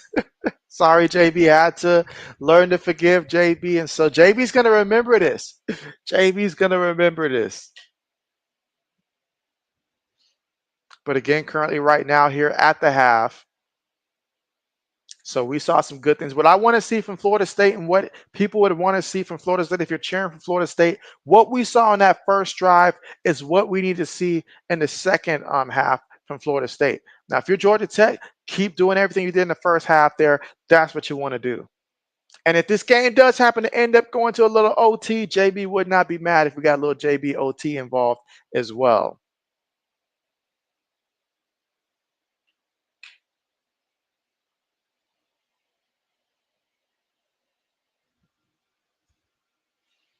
All right, RC says either of these quarterbacks good. And so I'll put it this way. DJU is efficient. He is experienced. He is someone that he fits the system. Is he a great quarterback? No. Is he someone that if you're an NFL team looking for a quarterback in the future that you're looking at? No. But what he is a guy with a high completion percentage. He's a guy that's not going to turn the ball over. He's a guy that's used to big games. And he's a guy that if you compliment him with a series of different backs and stuff like that, he can find success. He is good enough for Florida State, but is he as good as the quarterback they had last year? No. No, he's not on that same level there. He's not going to carry this team by himself, but he's good enough to where he can win games for Florida State and stuff like that. He can win you some games out there. It just won't be against an elite team or anything like that. So, but that is how I feel about DJU. Now, when it comes to Haynes King, Haynes can go out there, make some play, and complement what Georgia Tech does well. He can run it himself, not much for passing and stuff like that, not much of a passer, but he does complement you on the ground game, which allows you to utilize, different looks in terms of running the ball and stuff like that. But he's never going to be that guy that's going to go out there and just completely dominate, unless it's perhaps maybe against a bad pass defense and stuff like that. But ultimately, he's, more of a exciting guy to watch as opposed to, but certainly not someone that you're looking to draft either. So none of these guys should be guys that you're hoping for your NFL team, but maybe, a guy like Haynes on a UFL team and stuff like that, if it went to that, maybe that would be really exciting or something like that. Let's see. RC says, JB, when is Colorado's first game? And so Colorado's first game, Colorado plays next week, but Colorado goes against let me see. I think they play against Colorado State to open up, if I'm not mistaken. But let me see the exact time of when they play. Meanwhile, Joe says in the New England, he says pictures need that gather, and so not sure what you meant there. I'm sorry, they don't open up against Colorado State. They open up against North Dakota State, and that's actually going to be Thursday, August the 29th at 7 p.m. there. So, okay, North Dakota State and Colorado. And let's see, RC says, thanks for the quarterback information, JB. And so, absolutely. RC says, are you sure it's not Utah State? And so I'm sure. I'm sure. But yeah, North Dakota State versus Colorado there. Okay. So we'll get to see Shador go out there. I'm pretty sure he'll throw for 300 plus. RC says, oh, snap, we was both wrong. And so, yes. Yeah, so JB was wrong. And RC was wrong, but it's okay. It's we got it right. We got it right. We got it right.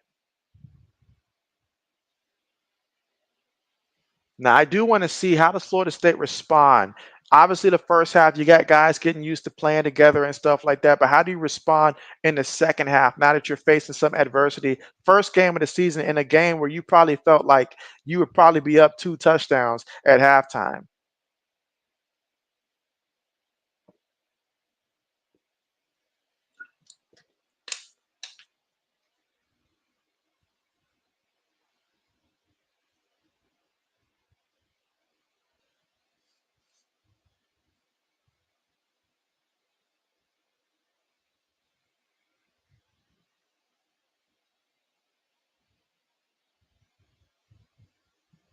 Let's see. RC says we just giving them a custom schedule. That's all. What is this NCAA giving out custom schedules and stuff?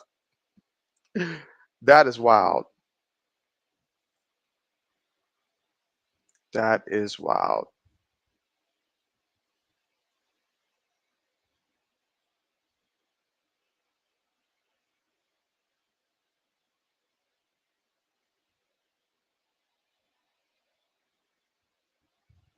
All right.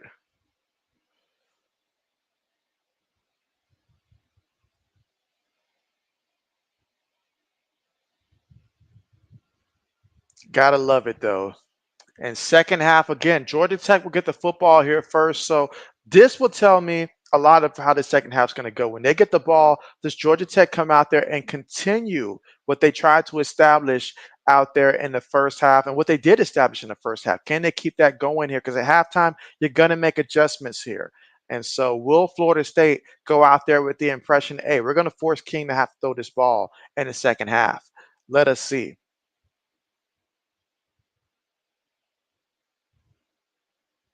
And RC says, I like when a game start at noon, but hey, 11 a.m. is okay, I guess. And so, I mean, if you are on Eastern time, then it did technically start there at noon.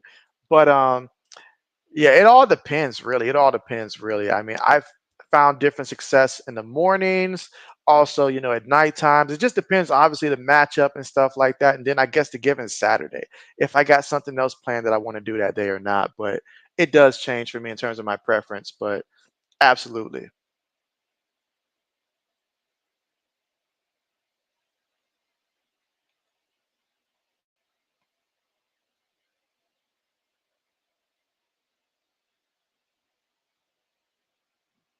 So one half in the books, and we'll be starting the second half very soon.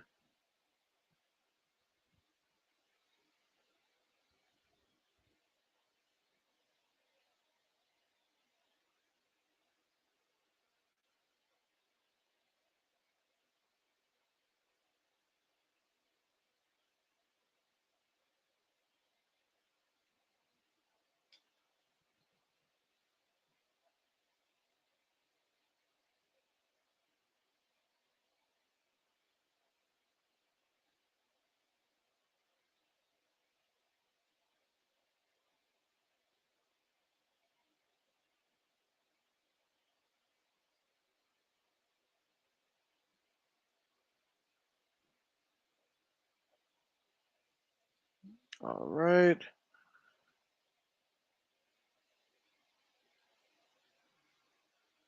Let's see. Lane says, what do you think about Tennessee this year? And so for me, when it comes to Tennessee this upcoming season, I feel like I'm monitoring to watch and see the quarterback play. That's going to be like the X factor there. I don't view Tennessee, in my personal opinion, as a top tier team in that conference. And when I say top tier, that just means not on the same level as UGA or even, this upcoming season, Alabama and stuff like that. Then I look at the next tier of teams, are they in that same conversation as a Mizzou and stuff like that? I feel like they can be between that middle of the pack and if the quarterback play is good, maybe a little bit higher than that. But I'm really going to be watching the quarterback plays. That's going to be like extremely high. Let's see. RC says you like Tennessee and you like the men's basketball and football team.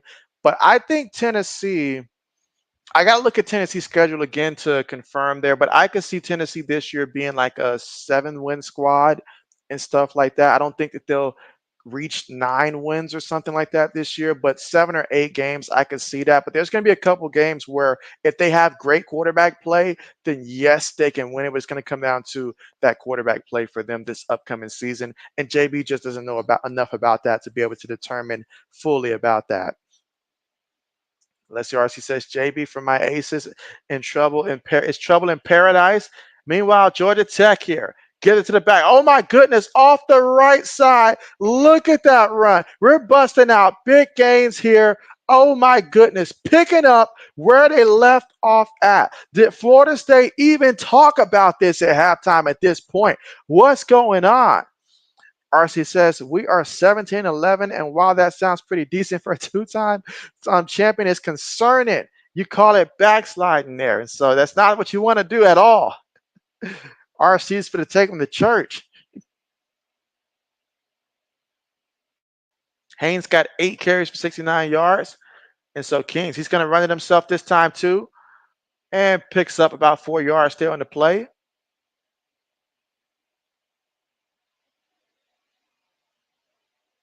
All right, 2nd and 6.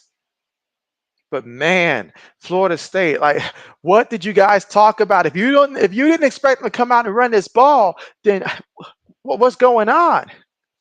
You don't have that want to defensively. And you guys mentioned the guys they lost on that defensive line. It's showing up. It's showing up. All right, here we go. 2nd and 6. Receiver goes in motion. Quarterback's going to keep it. And he's going to pick up a yard. Florida State's got to be careful here. I mean, you almost grabbed him by the face mask there. Almost. Quarterback says he was grabbed by the face mask. So maybe we saw the same thing, but the referee's going to ignore it. He's going to turn his head the other way. Let's see. Laney says, you said, thank you. I hope they do okay. I knew they had a new quarterback. And so, yeah. And so I got to figure out more about this new quarterback that they do have. But to me, I think on the lower end, if everything goes bad, 6 wins. That's just the worst case scenario, 6 wins. But I think more likely 7 or 8 wins. But if things go good, it could potentially be 9 wins if the quarterback play turns out to be really good. And Tennessee's been, their last 2 quarterbacks have been good that they've recruited. So I have no reason to think that they, have fallen off with that. I'm pretty sure that they picked up a good one. It's just JB has to see him play a couple games to know his strengths and weaknesses.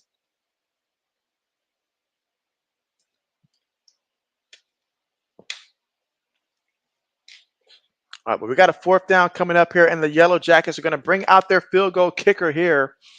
And so let's see, can he make this 51-yarder and show off his leg and give Georgia Tech the lead, or will he miss it? Let's see.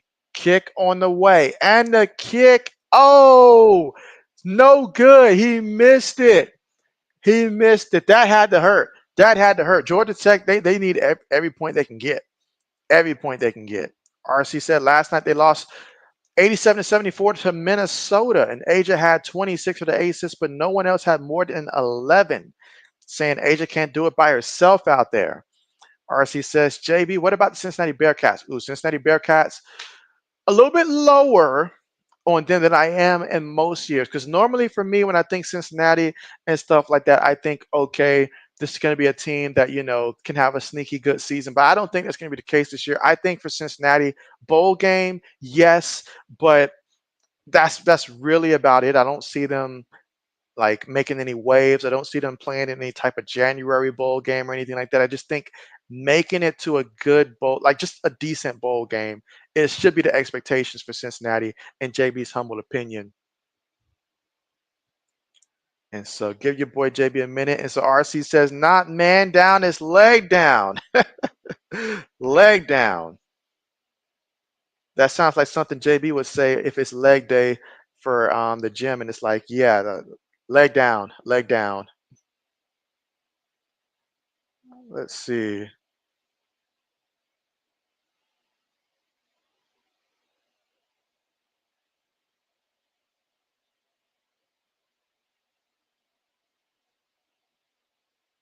All right, let's see.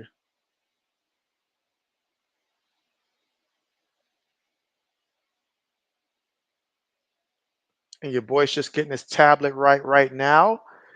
But all right, so we saw Florida State come out there. I'm sorry, we saw Georgia Tech come out there and they missed the 51-yard field goal, which would have given them the lead back, but they did go out there and show that they're going to continue to run that ball. No surprise there. Buck says Georgia Tech missed the field goal, LOL. And so, yes, that's big right there. But how does Florida State respond here? You got the miss there. Can Florida State go out there and pretty please for JB establish this ground game effectively once again? Can we do that? Can we do that?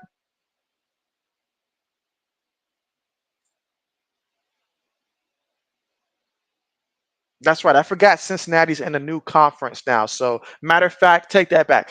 Cincinnati's lucky if they make it to a bowl game this year. I feel like, I forgot they were in a different well, that the conference is now different there. So, okay, so JB's not that high on Cincinnati this year. Maybe 5. Yeah, I'll say maybe 5, 6 wins. So,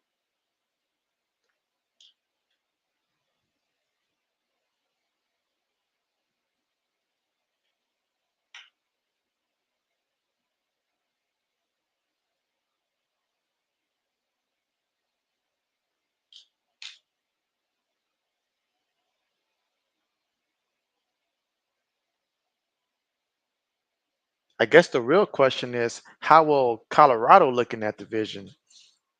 All right, let's see. RC says, when it comes to fitness and exercise, JB, they say when you feel that burn, you got to keep going. Would you agree? And so, well, I agree to a degree and stuff like that. Absolutely. All right, but here we go for Florida State. DJU looking. DJU on the move, throws it, bat it down, incomplete. Incomplete. I mean, Georgia Tech's getting after it right now. Braden says that Georgia Tech needs Florida State kicker. He wants to see them trade kickers. RC says Georgia wreck Yellow Jackets. Braden says touchdown Packers. Who scored that touchdown, Braden? And what is the score? And we're all tied up here, 14-14, third quarter with 12 minutes and 46 seconds to go. Shotgun formation, tight end goes in motion. Snaps it, gives it to the back. And, they trip up Williams there, but he does pick up about 3-4 yards there on the carry. I say feed him, because JB needs it.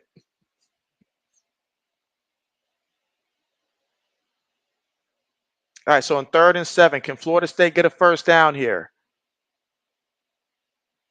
Would not be surprised if the pressure gets to DJU if he takes off and run in this situation. But let's see, 3rd and 7.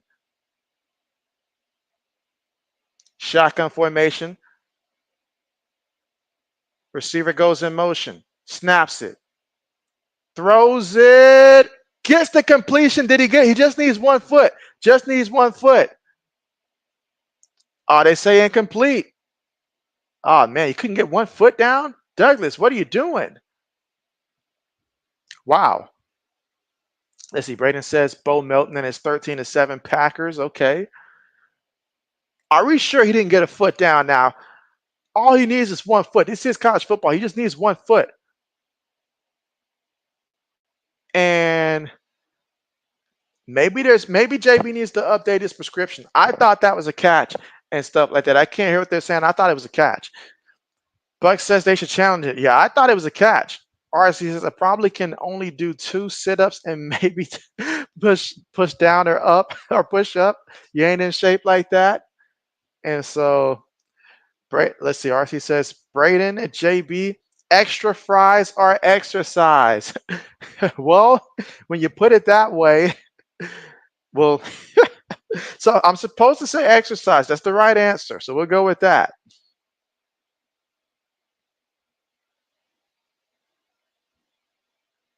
But JB would probably do both. That's a catch, man. This is college football. You only need 1 foot. You look at where that toe comes down at. He clearly has possession. It's clearly 1 foot. That's a catch. I'm surprised they got that wrong the first try out there. And Braden says when it comes to fries and exercise, he never tells any lies. And so he's taking both.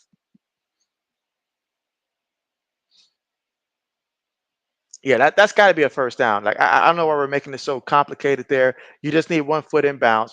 Clearly that foot was inbounds there. I don't know why they're checking the replay again. I can't hear the audio that they're saying. It was previously ruled an incomplete, but for me, I just needed 2 looks at that. That's a catch, in JB's humble opinion.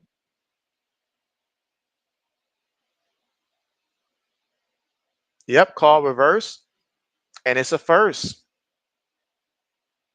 So that's big right there for Florida State. Buck said Florida State should throw the red flag, and so they overturned it, so it is their first down.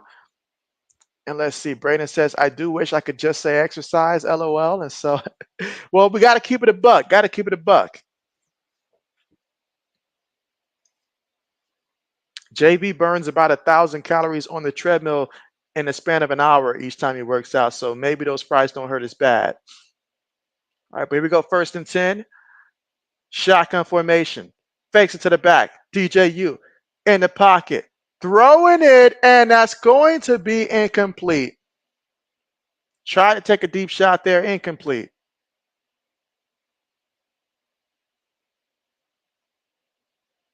Second down coming up. 2nd and 10. Yeah, that ball that was tough there. Even then, that's incomplete every day of the week. If DJU puts a little bit more on that ball, then that would have been a big play. And let's see. RC says some do the treadmill, but he do the steady. Meanwhile, gonna give it to the back here, and the back is going to pick up a couple yards here.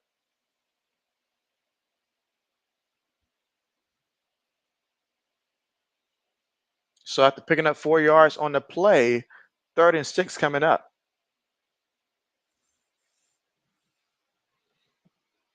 Stay on a steady mill.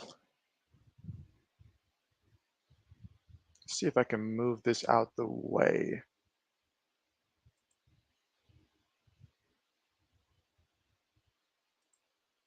All right.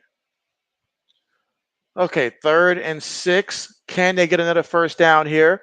2 receivers top of the screen, 2 tight ends bottom of the screen here. Shotgun formation. Receiver goes in motion. Snaps it. Tech bringing pressure, throws it, and it's incomplete. Incomplete. 4th down coming up.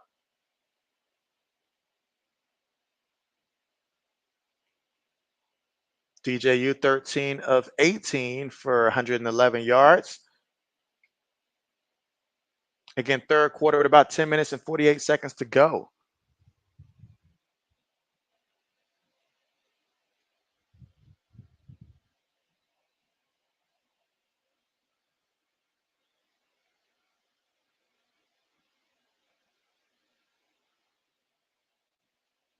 All right, so bringing out the punt unit, can they pin Georgia Tech within their own 20? That's obviously the goal here. Punts on the way. Goes into the end zone.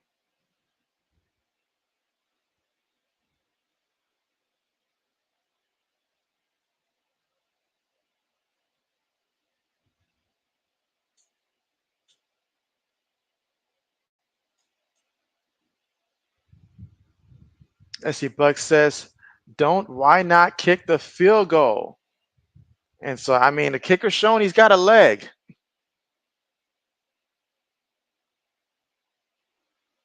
And so that preseason playoff projection probably didn't anticipate this game being tied right now. I mean, Georgia Tech a missed field goal away from having the lead.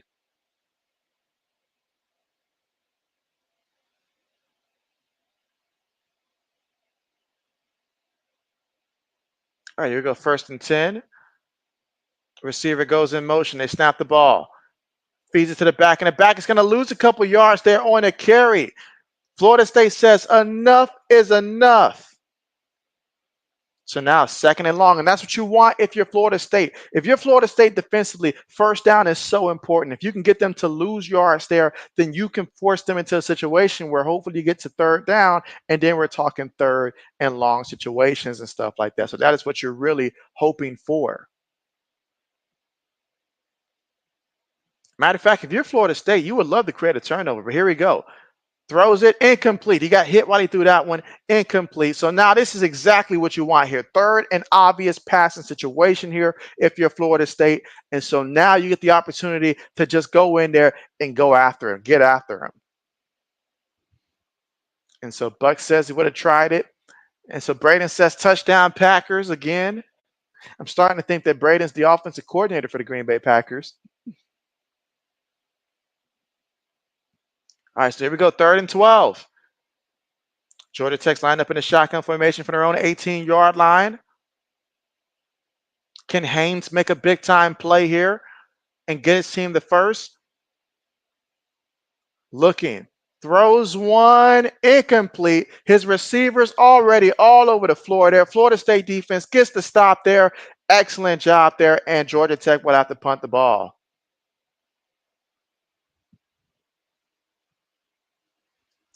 Buck says, bring out the blitz now.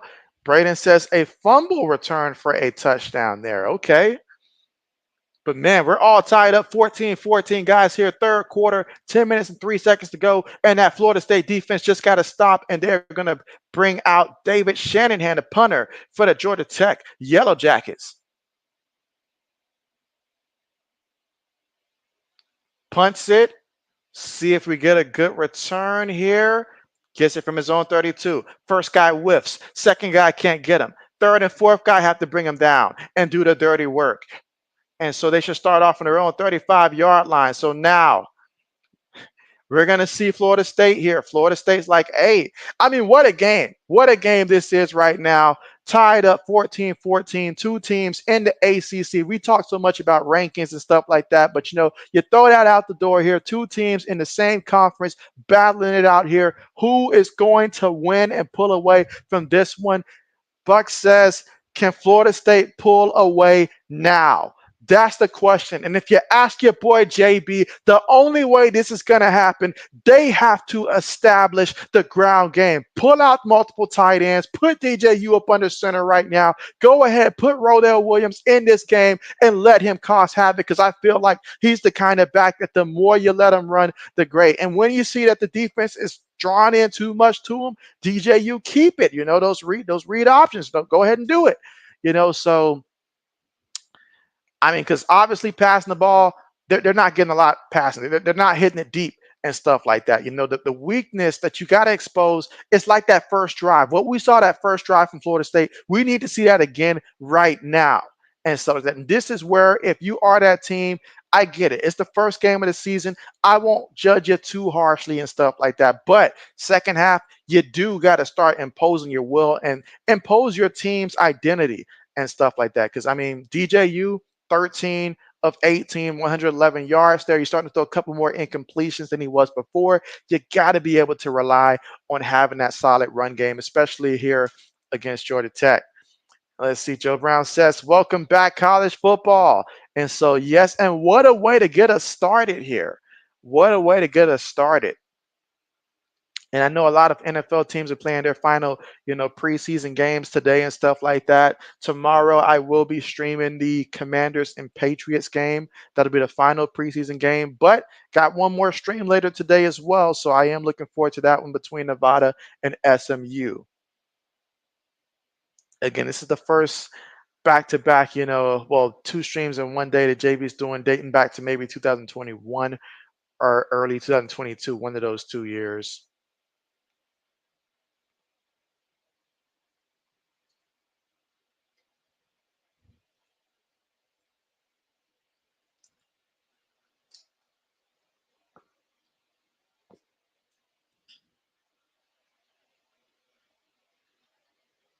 I need to see Rodell go out there and bust a big run of 20 plus yards and then let the coaching staff just feed him. Just feed him.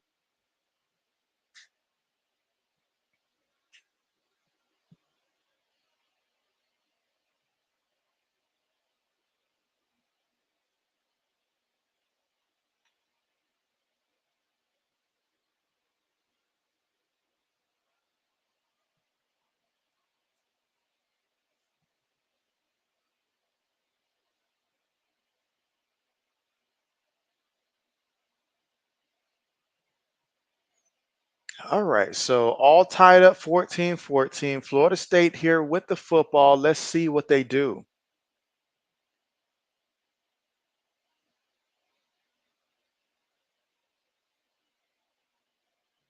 All right, here we go. Shotgun, two receivers, top of the screen.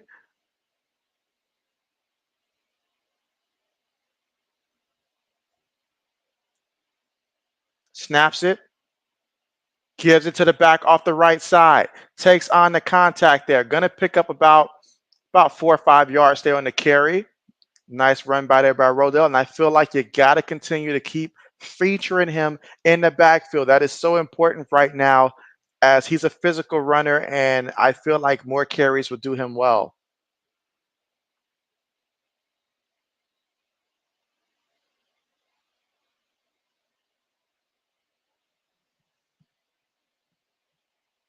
All right, 2nd and 4. Feeds it to him again. And look at him fight. He's going to be a yard shy of getting to that first down marker, but he fought for the yards he could. He's running hard out there. You got to reward that hard work. He's got 8 carries so far there for 34 yards. 3rd and 1 coming up. Be a good time for DJU to keep it himself and pick up the first. But let's see what they do because Georgia Tech has been extremely aggressive when they anticipate the run. He does keep it himself here. And oh, look at that. Got the first. It wasn't there at first, but he bounced it to the outside. And I feel like he ran into his own guy. If he doesn't run into his own guy, maybe he picks up more than that, but that's a first.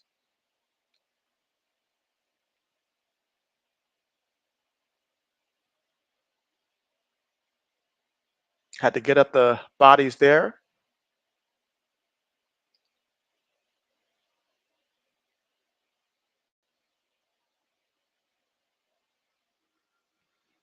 And let's see. Braden says Ravens touchdown. He says actually no touchdown. The ball touched the ground. I feel like Braden's also refereeing that game also. All right, 1st and 10.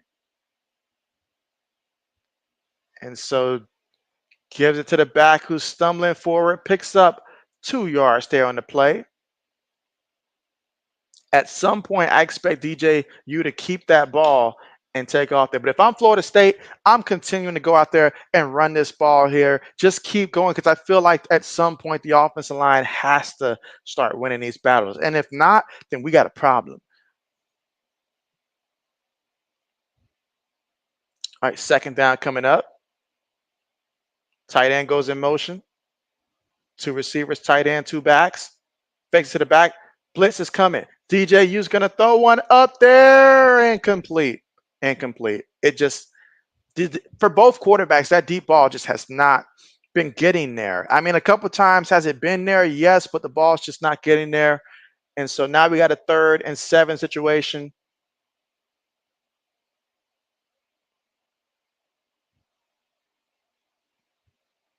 So on 3rd and 7, if it's not there, would not be surprised if DJU just takes off and runs. I mean, if it's there, like when you snap that ball and he can take off and run, by all means, you got to pick up that first. All right, 3rd and 7. 2 receivers, bottom of the screen here. Got 2 tight ends as well here and 1 back. Oh, man, DJ, feeling the pressure. DJ, you trying to stay on his feet here. They're going to bring him down for the sack. They're going to bring him down for the sack. So 4th down coming up. So how about that? Them Yellow Jackets getting after it.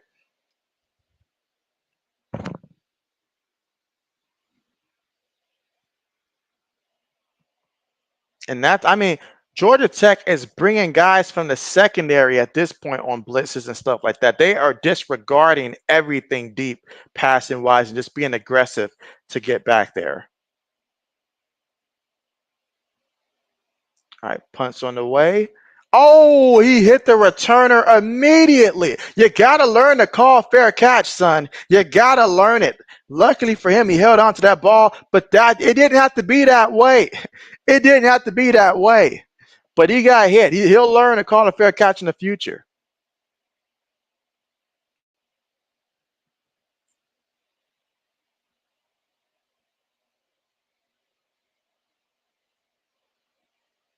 I mean, luckily for Georgia Tech, he held on to that ball.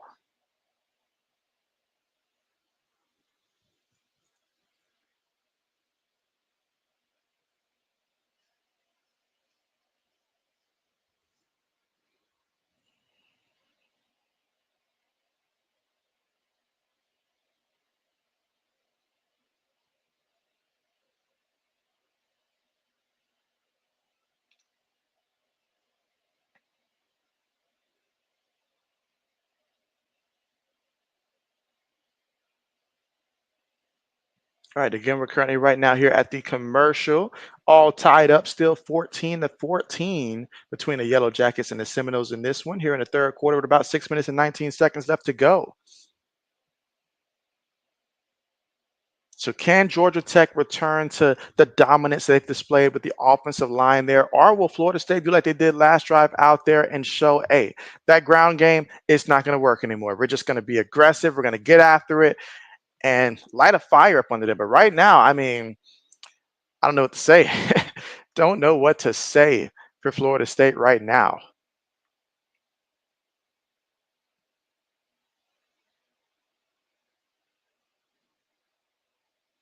There's a reason why Clemson moved on from DJU 2 years ago and stuff like that. I mean, can he be consistent? Yes. But he's not going to go out there and throw for like 250 plus. That's just it's not his game at all.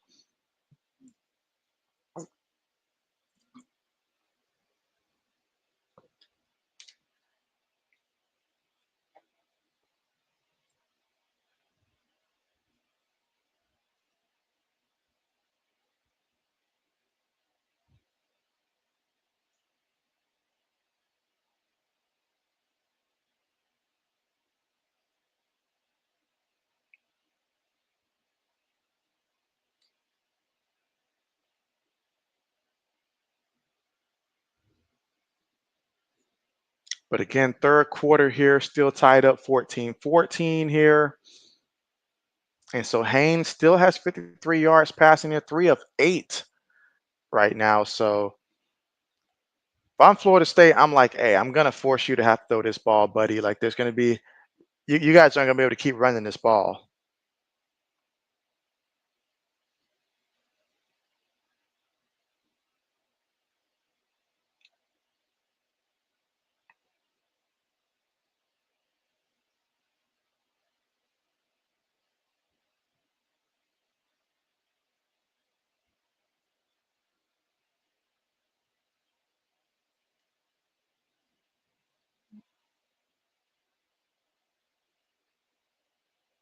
All right, and again, Georgia Tech will be starting off from their own 11-yard line here.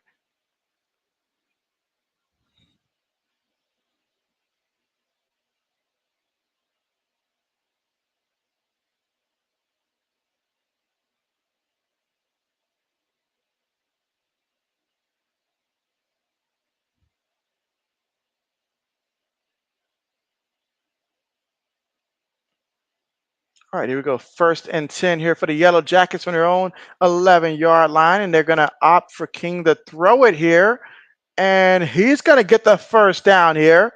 Gave it to the big guy, and he just rumbled ahead there, full steam ahead for the first down there. Boyd, the tight end. So that's a first down there for Georgia Tech.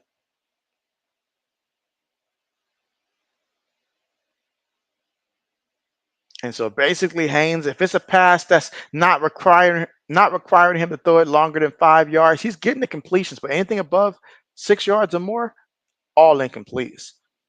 Receiver goes in motion. And so Haynes is going to keep it himself here. Not going anywhere. Defense says, nope, we've seen this story before, not going to happen.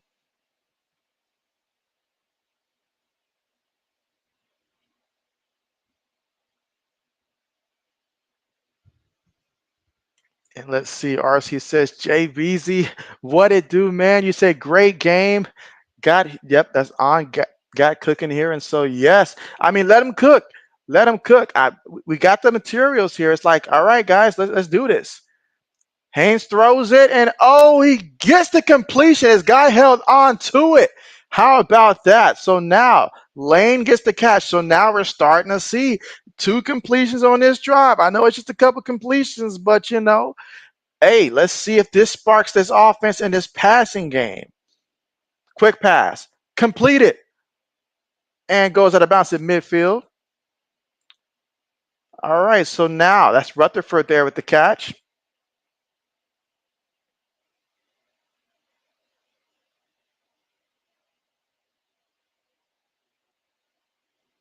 So now the Yellow Jackets here. I mean, you're gonna have to get some completions here to get the defense to back off at least a little when it comes to the ground game. 2nd and 5. Receiver goes in motion, gives it to him on the end around, fighting forward, and he's going to be about a yard shy of getting to that first down marker. Picked up about 4 yards there on the play. Or will they mark it a first down? Okay. Well, never mind. Make it a 5-yard completion. Let's see. RC says, JB, what quarterback completed the first ever Hail Mary in NFL history? RC, your boy would not know that. I would not know that at all. I don't know if they were doing Hail Marys back when they were folding their helmets after the game and stuff like that. So you got me there. And so King looking, throws it, somehow gets the completion, and his guy picks up some positive yards there on the play. King, he was in some trouble there, but he found a way to get that ball out to his man and get the completion there. He is currently 6 of 11 for 92 yards passing throughout the air. But 2nd and 3 coming up. And you say, bonus question, and what year did he complete the first NFL Hail Mary throw? And so this is when the teacher asks a question and the student just submits a blank paper because JB's got no clue who that would be and what year it would be and stuff like that. So you'd have to enlighten JB. Oh, they lost the ball. It's a fumble. It's a fumble. It's a fumble. Who has it? Is it Tech ball still? Is it the Seminoles? This is so huge either way. Who has the ball? Okay, so Georgia Tech recovered it, but that could have been a disaster. Originally, Haynes wanted to hand the ball off, but he saw the defense right there, so he tried to pull it back at the last second. So that one was on Haynes there. Why it was a fumble, but man, that was awfully close here with 2 minutes and 28 seconds to go here in the third quarter. So he was giving it up, but he tried to pull it back at the last second there, caused a fumble due to his indecisiveness.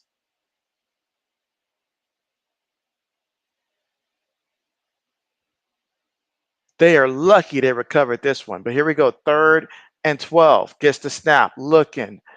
Throws it. Gets the completion. Okay, that's the first down there for the Seminoles. Okay.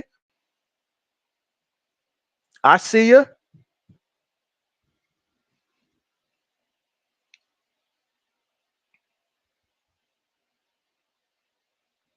Oh, what a throw. What a throw to get that there. Okay.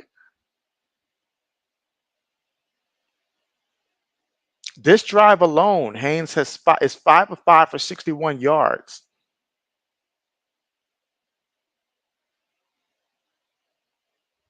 Gonna feed it to the back, and the back fighting forward there, fighting hard. Picks up about 5 yards on the play. A minute 20 left to go here in the third. Again, all tied up 14-14 here with Georgia Tech and Florida State.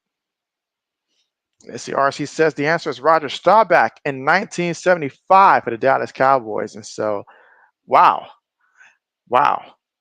Nice, nice. Okay, I would not have guessed that. Would not have guessed that.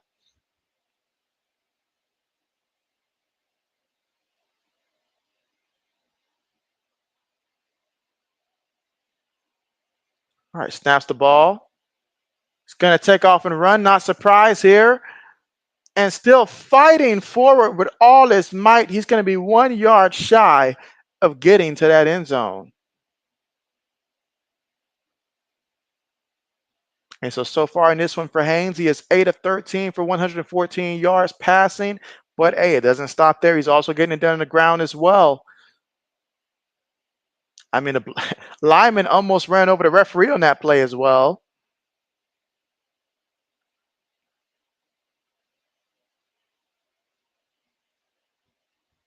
He's got 50 yards rushing.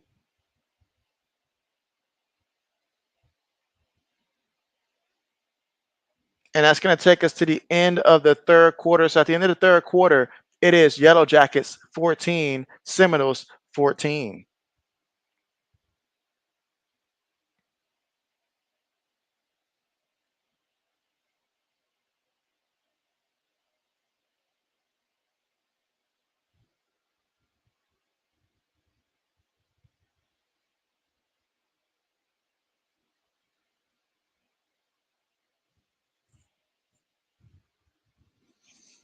Let's see. RC says, JB, you let the chat down. And so I didn't see anyone else in the chat that answered that one. RC, JB can't be alone.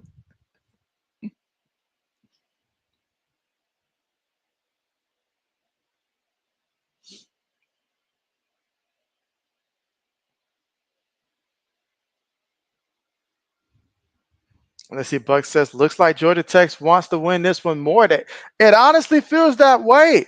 It honestly feels that way. I mean, they could have had, imagine if they converted on a field goal earlier, and then if this put them in a position to even try to make it a two-score game. I don't know what to tell Florida State to try to light a fire up under them and stuff like that, but they got to understand the situation here.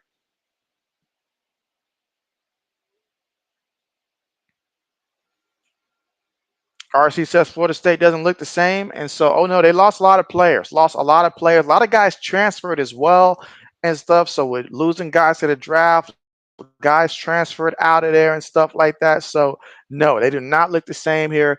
And DJU is not the same as what Travis was the year before. So believe that.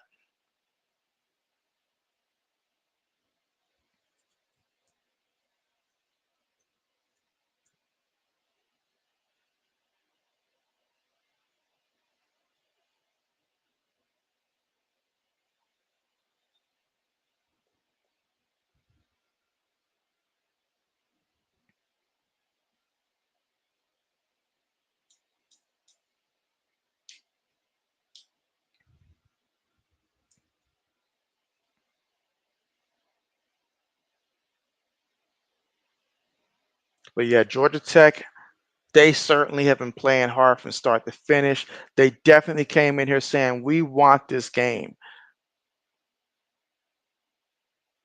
And now they're adding that little element of a little bit of a passing game, which is just enough. That's all you need. You know, each drive, if you can get what you're getting right now from this drive right now from Haynes, that's what you want there. Both Haynes, you know, whether we're talking quarterback Haynes King or we're talking the running back Haynes, you know, both Haynes, they're doing good. They're doing good. I feel like these guys probably have some type of Haynes commercial or something like that. But wow, it is what a game it has been.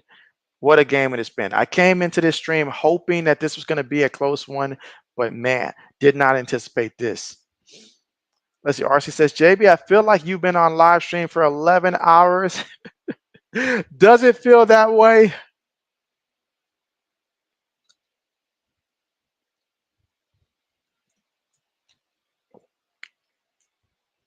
Well, there's only one quarter left in this one.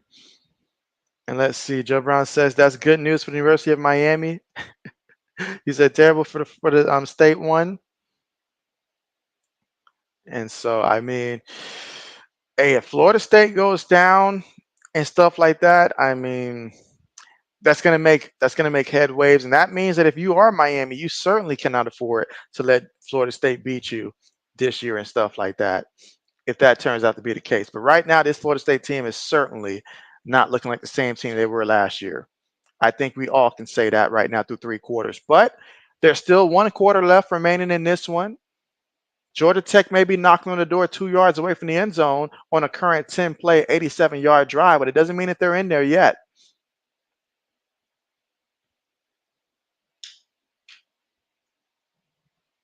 All right, so we got a first and goal situation here. Can the Yellow Jackets punch it in there? They're going to feed it to the back who's going to gallop into the end zone. That is a touchdown, Georgia Tech. Jamal Haynes caps off a 2-yard rushing touchdown, got into the end zone, and them Yellow Jackets, they are in the lead here in the fourth quarter, scoring on the first play of the fourth quarter, 11 plays, 89 yards, 6 minutes and 22 seconds off the clock here. When you move the ball like that and you're taking off, I always say it every time you hear JB talk. I'm going to mention it in a game. When you have long drives, it does so many things for your team. It gives your defense a rest. It makes the other team tired. It also makes the other team lose confidence. Other team quarterback is like, I got to stay warm and stuff like that. It changes what they want to do and stuff like that. And so, wow, Georgia Tech up 21-14. Incredible. I know my scoreboard's a little behind here, but man, touchdown, Georgia Tech. Now, how will Florida State respond? Whew, I know it's week 0, but it seems like Florida State season already is on the line. Because, man, and Georgia Tech coming out saying, hey, don't count us out. Don't count us out.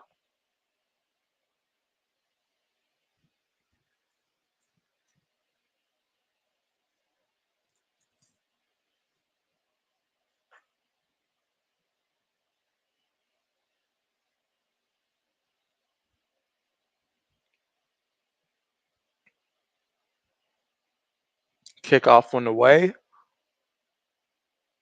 Gets it from his own end zone. And he's going to get brought down at about the 12-yard line. All right, so DJU, not exactly how he wanted his first game to go. His team is trailing right now 21-14. He's currently 13 of 19 for 111 yards here. He didn't want to be the quarterback that goes out there and loses to Georgia Tech in the opening game there. He don't want to be that way. But right now, they need some type of life or something. I don't care if he's got to go out there and run it a lot more. They need something right now to get that big momentum back on their side. Because right now, Georgia Tech, they're feeling confident. They're feeling very confident. They want this. They want this. All right, so from their own 16-yard line, shotgun formation.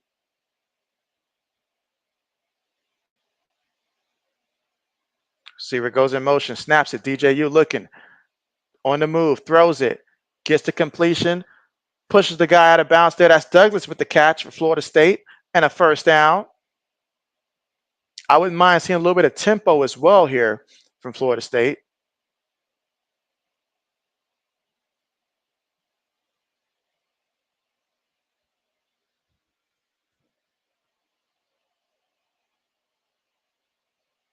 Looking to snap the ball here from his own 30. Tried to draw them off sides there.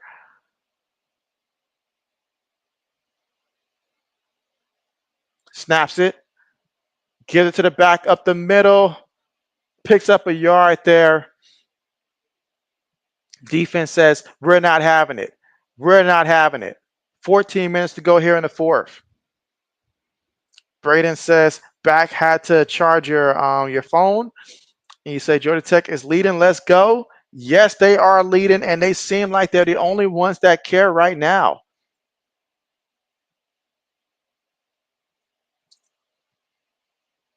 All right, second down coming up. 2nd and 9. DJU up under center. Gets it to the back and the back. Oh, man, gets tripped up, gets back to the line of scrimmage, if that. Oh, man, Georgia Tech they are just flying back there. No regard whatsoever for any type of a deep threat or something. They are just keying in. I'm seeing linebackers. I'm seeing safeties. I'm seeing everybody start to just creep up and go after these backs. It is just, wow. RC says, first big upset, JB, huh? And so, that's how you start off the season. That's how you start off the season. But still, plenty of football to be played. All right, 3rd and 10. DJU, I'm looking at you. Looking. Throws it. Gets the completion to the 40-yard line. He wants to get the benefit of the doubt there with forward progress there, and it's going to be a first down. I would like to see them up the tempo. If I'm Florida State, I want to see them up the tempo at this point.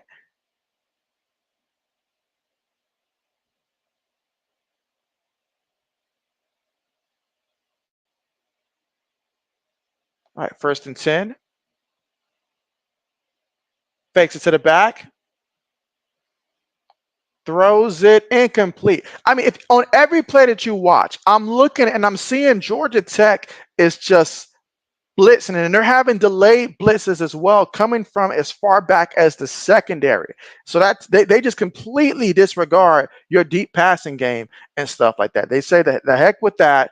And so they are, as you can see, guys, delayed. It's like they're counting 1 Mississippi, 2 Mississippi, U blitz, 3 Mississippi, U blitz. And so they are really coming after these backs to ensure that they are not going to allow them to take off here. All right, 2nd and 10.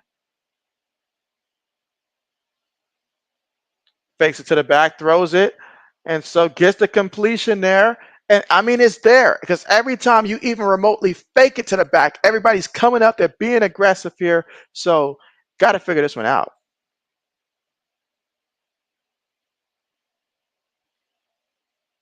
11 minutes and 50 seconds left to go here in the 4th quarter. Yellow Jackets up 21-14, but Florida State picked up a couple first downs here. Can they keep it going?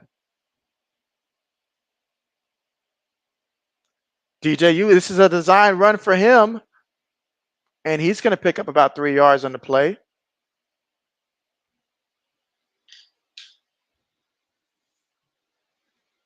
Let's see. Buck says upset alert.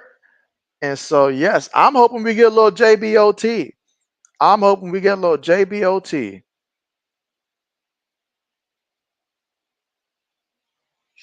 All right, here we go. 2nd and 7 right now.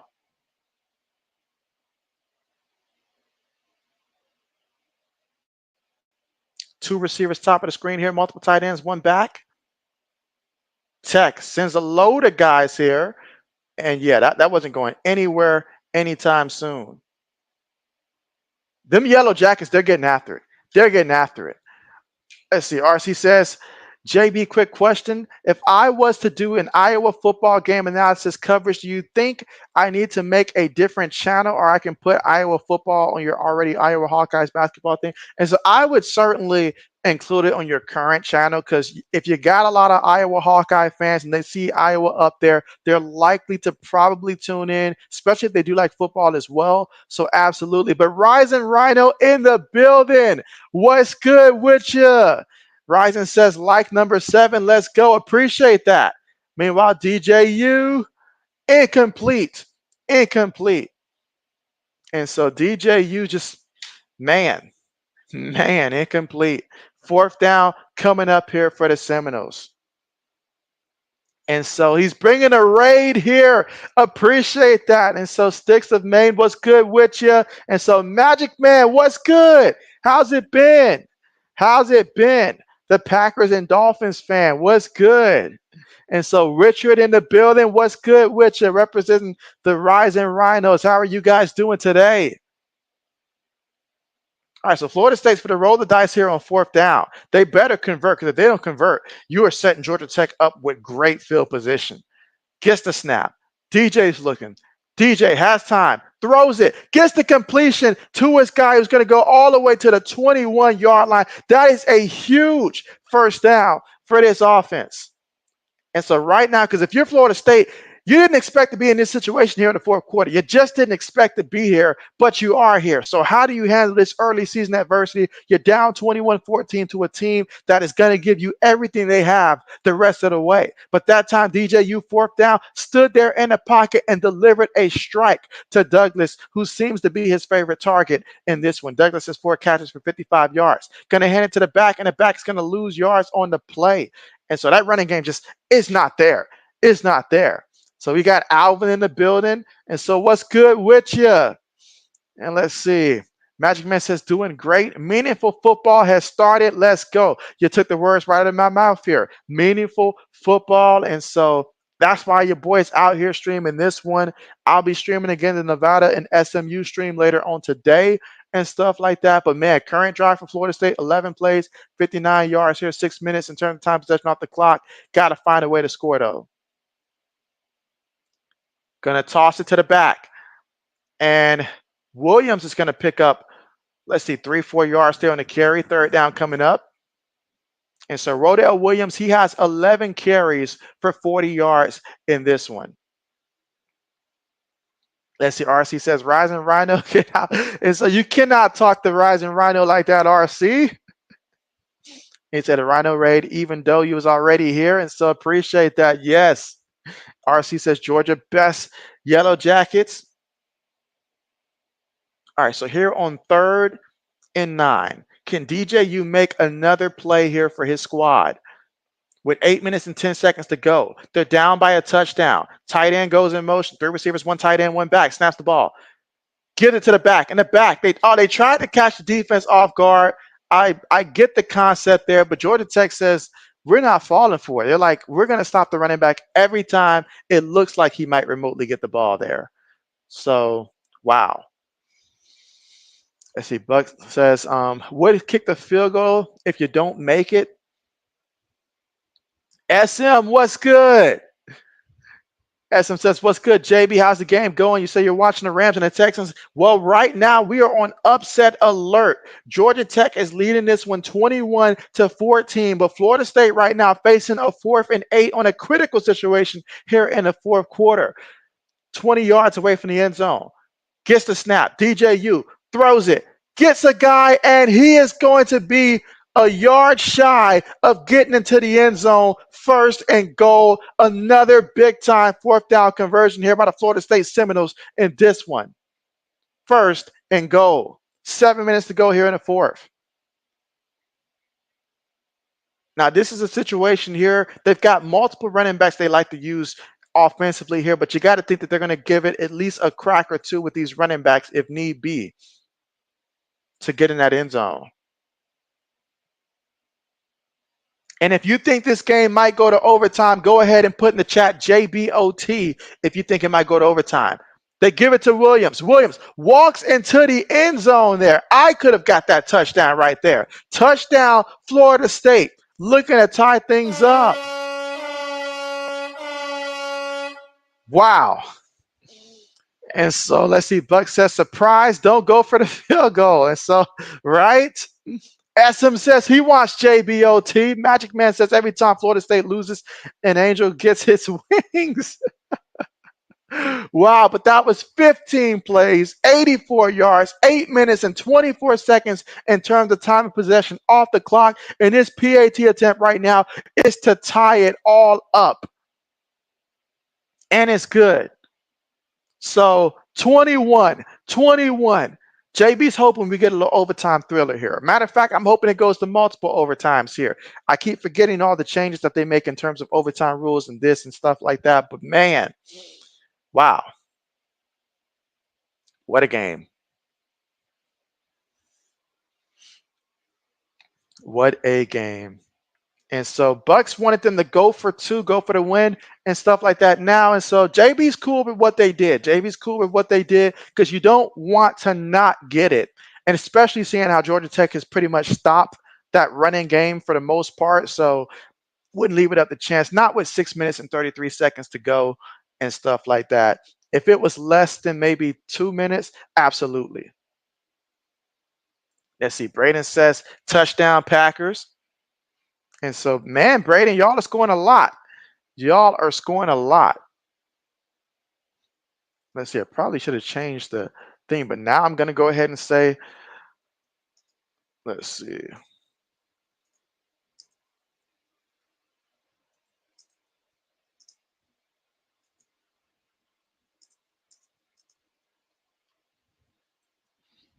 All right.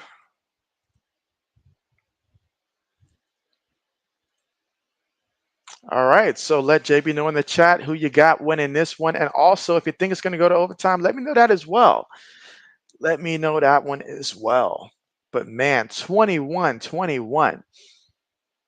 So far in this one, DJU 18 of 26 for 189 yards passing in this one. So both him and Haynes, the Kings, they are starting to pass a little bit more because they have to.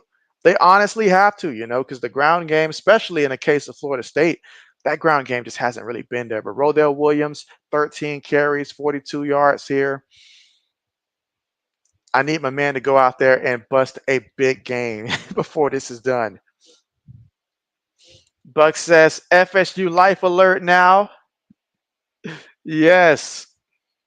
But let's see what Tech's going to do here, because Tech has shown us that they have put together like a 8-minute drive, a 6-minute drive, come away with some points here. So ultimately, can they put together another drive like that, even if it results in a field goal? And this time, I don't know, make it. SM says SMU, get it? SMU, SMU Nevada later. Absolutely. Yes, your boy's going to be streaming Nevada SMU later and stuff like that. I already got the stream set up. It's going to be 8 o'clock Eastern time, I believe, is the kickoff there. And so, yes, JB will be back for that one later on today. And hopefully that game will be as good as this one is.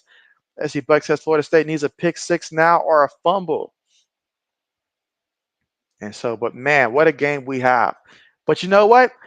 We had one case where it was almost a turnover. The Georgia Tech fumbled it, but they recovered it and stuff like that. But we haven't had a true turnover in this one, I don't think. So we'll see if that happens to be the case.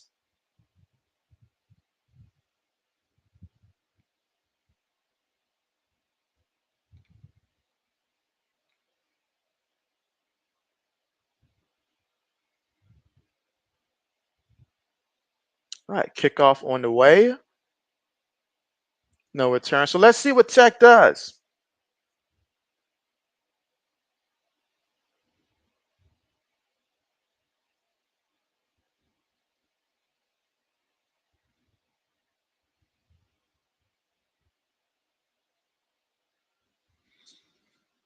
And let's see, Buck says we want more now coming down the wire.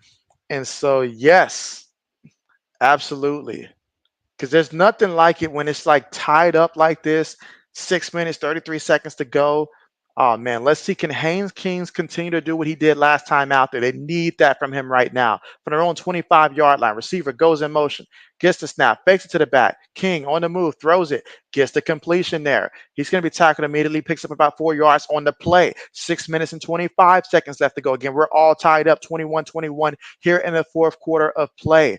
So can Georgia Tech lead a scoring drive here? That is the question. 2nd and 6. 6:05 left to go here in this one. Look at that. Almost identical yards for total yards, separated by 5, in which Florida State has 291. Georgia Tech is 286 total yards in this one. 5 minutes and 52 seconds left to go here in the fourth. Again, both teams have all 3 timeouts as well. Receiver goes in motion.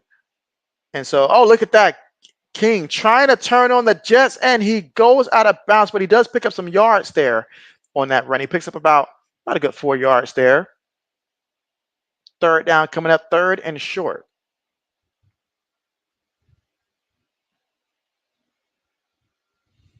Oh man, this is so intense, especially if you're a Florida State fan. Like this is a lot, because you did not anticipate this was going to be the case. You thought this was going to be just a game where you came in here and by the fourth quarter, you'd be seeing all kinds of different running backs.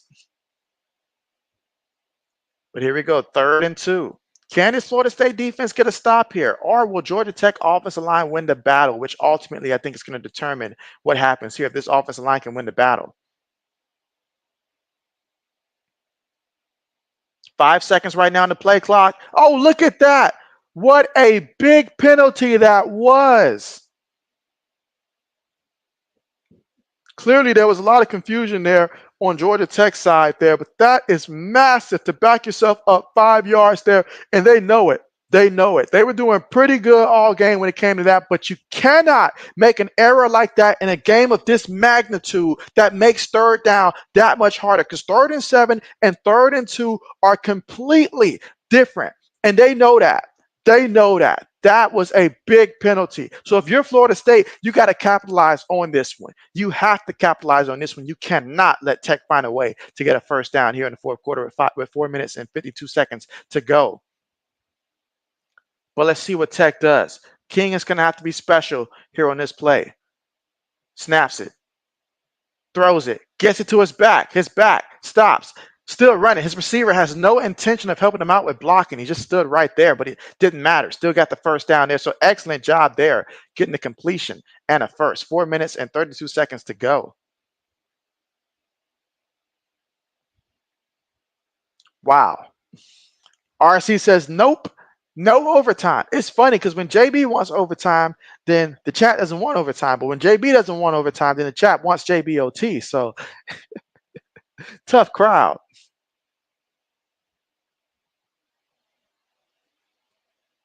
And so this time, King is going to keep it again. Still running. Still fighting forward there. Forward progress should get him to at least the 49-yard line of the Seminoles and into Seminoles territory with 3 minutes and 55 seconds to go here in the fourth quarter of play.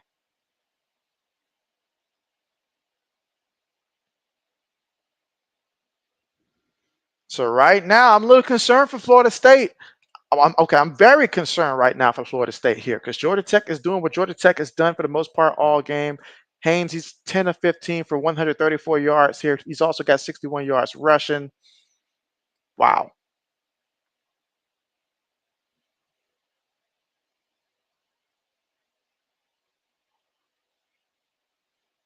All right, 2nd and 3. Feeds it to the back and the back. Fighting forward there. Gets the first down and then some. So this is exactly what the doctor ordered right now if you're Georgia Tech. Keep doing that. No need to worry about the clock if you're Georgia Tech and stuff like that. You keep doing what you're doing and put yourself in a position to score and all that, to where if you don't score somehow, it goes to overtime. But right now, they are doing exactly what they need to do. As for Florida State right now, shame on them. They don't have that want to. It all comes down to want to right now. You know what your opponent's going to do. You know what they're doing. But can you find a way to make this play here defensively? And so King's going to keep it again. King trying to get to the outside here. I mean, Florida State's playing defense right now as if they just had their Thanksgiving meal and stuff like that. Because these guys, they're puffing and puffing and stuff like that. This is not what they signed up for right now. Again, all tied up 21-21 here in the fourth quarter with 2 minutes and 20 seconds to go. All Georgia Tech needs to do is just run this clock down, kick a field goal, and it's literally right there. Current drive, 6 plays, 36 yards, 4 minutes and 23 seconds in terms of time possession off the clock here. They have their timeouts if need be. Man, Florida State, this is not looking good at all right now for them. But if you're Georgia Tech here, call it the luck of the Irish if you want to. But man, this is just, wow. A minute 58 left to go in this one. Timeout called. And so right now, I mean, anybody rooting for Tech, this is a pleasant surprise right now. If you're rooting for Georgia Tech or if you just don't like Florida State and stuff like that, this is a pleasant surprise here. And you guys tell me, if Florida State drops this game, how far do they drop and stuff like that? You guys let me know here in the chat as we're currently right now at the commercial. But man, if they were to drop this game, whoo. As for Georgia Tech, I mean, they talked about it earlier, the strength of schedule that Georgia Tech has, one of the toughest schedules here. If they can come out of here with a W, that's going to do so much there for their confidence and stuff like that. Not to mention, obviously, conference game here. Both of these teams, Georgia Tech, Florida State, these are the games that matters. Each and every game matters and stuff like that. Let's see, Buck says might drop to 20 and stuff like that. I mean, because it's all about obviously losing, but what do your eye tests tell you so far in this one? My eye test tells me that Florida State's going to struggle this year severely when it comes to stopping the run defensively and stuff like that. They don't want the smoke. The blueprint has been out there, and there's going to be a couple games there against a couple teams and stuff like that that can really take advantage of that and stuff like that. Second, their pass game, there's nothing special about it. It's not like last year's pass game and stuff like that. There's nothing special about it. They do run the ball and stuff like that, but they have shown, other than that first drive, they really haven't been able to impose their will rushing wise. So this could be a steep fall for the Seminoles. So if you're a Seminole fan, if this goes bad, brace yourself. It's going to be a free fall here. And so, but if you're a Tech fan right now, just enjoy the moment. Enjoy the moment, because there's a lot of tough games coming up and stuff like that. So enjoy the moment. And hey, this means you can compete. You can compete. Let's see, Joe Brown says out of the top 25 and stuff like that. Wow, now that'd be steep. That'd be really steep. That'd be really steep. And let's see, RC says, JB, who you got? And so, well, you guys know I picked Florida State to win the game and stuff like that. But seeing how things are looking right now, I can't help but say it looks like Georgia Tech's going to win this one. In all honesty, that's what it looks like. And let's see, RC says, who is ranked #1 in the country to start the season? And that is the University of Georgia. So yeah, UGA, the Bulldogs, ranked #1 in the country. So, but man, Georgia Tech is trying to share the same thing as Georgia and be like, hey, we both took down Florida State and stuff like that. So, but we'll see. Crazier things have happened here. A turnover can certainly change everything right now. You know, obviously, we saw Georgia Tech kicker miss a field goal earlier in this one. So, still, these last couple minutes here, let's see how it plays out.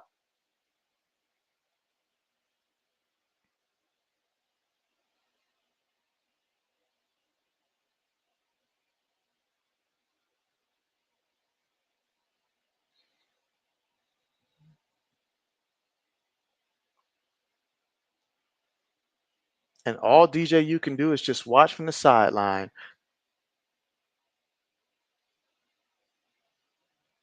All right, current drive, 6 plays, 36 yards. And let's see, RC says, so this win won't even get them into the top 25. And so nobody should get them some consideration, I would think. Oh, wow, what a great run. He's picked up at least 6 yards on the play. Because you got to remember this, RC, despite the fact that even if Georgia Tech pulls this game off and beats the #10 ranked team in the country, no other ranked team is currently playing right now. So are we going to bump Iowa off because Iowa didn't play a game this year? Are we going to, I'm sorry, a game this week? Are we going to penalize them for that and stuff like that? And then come to think of it, Florida State experienced a lot of change. It could just be that Florida State's really just that bad of a team and stuff like that. So they'll probably wait, but this will certainly bode them well if they string a couple wins together and stuff like that. That will certainly bode them well, maybe a week or two from now, but certainly get them some consideration.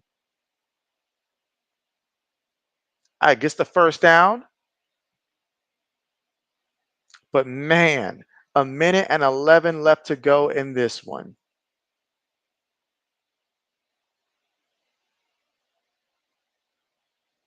Florida State's going to call a timeout. They got to think about the clock. They got to think about the clock. They're like, we cannot open up with a loss right now.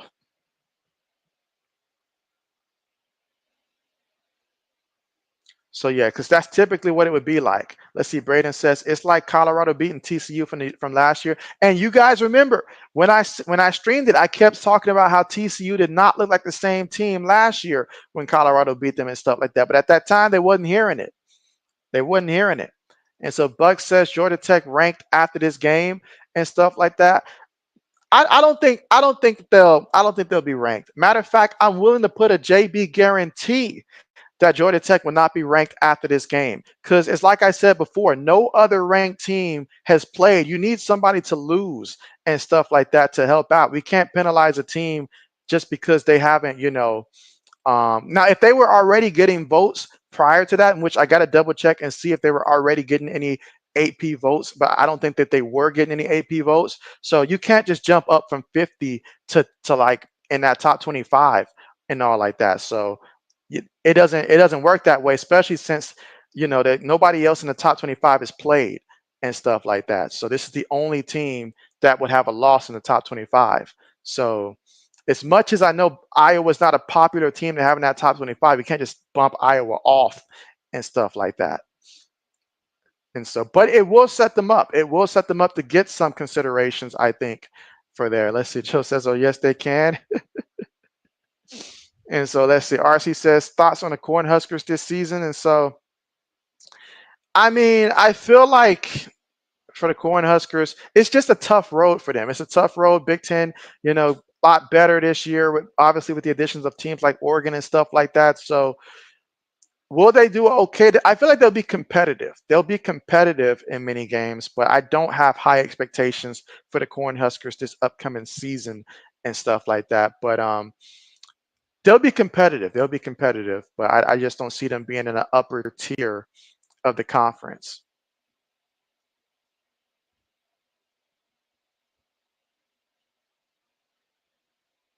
I think the committee learned from last year when Colorado beat TCU, like, hey, let's just Just give it a minute to marinate and stuff like that. And even that was more of like what, a week one. That wasn't a week zero type of thing. And let's see, Braden says Nebraska's always competitive, but they can't finish games. And so, yeah, so they'll be competitive again, but that's about it. That's about it.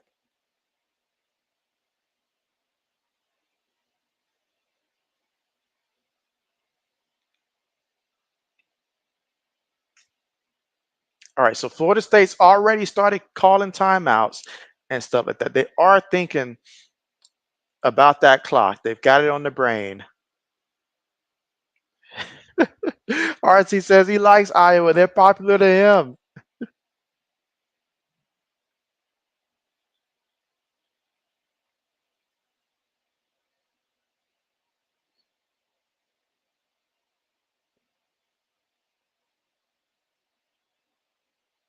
All right, so here we go. 1st and 10.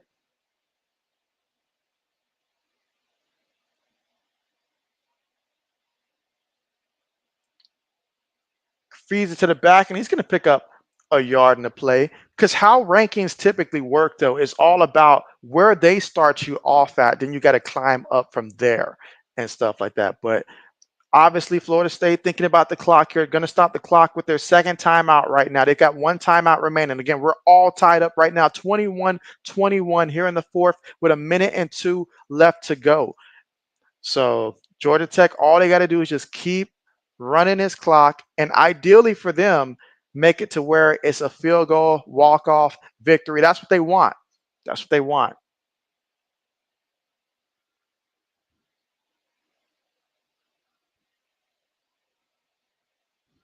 But yeah, I mean, does JB think that after today, Georgia Tech deserves to be in that top 25 if they pull this one off? I believe so. But it's just when you start off the season and your team was not expected to do much and stuff like that, they start you off pretty low. And so for you to jump to what would have to be probably more than 25 spots and stuff like that when a lot of other teams haven't played, I don't think that they'll do that immediately, but they should get some considerations and some votes to be there. So they'll be close. They'll probably be like on the verge and stuff like that are getting in.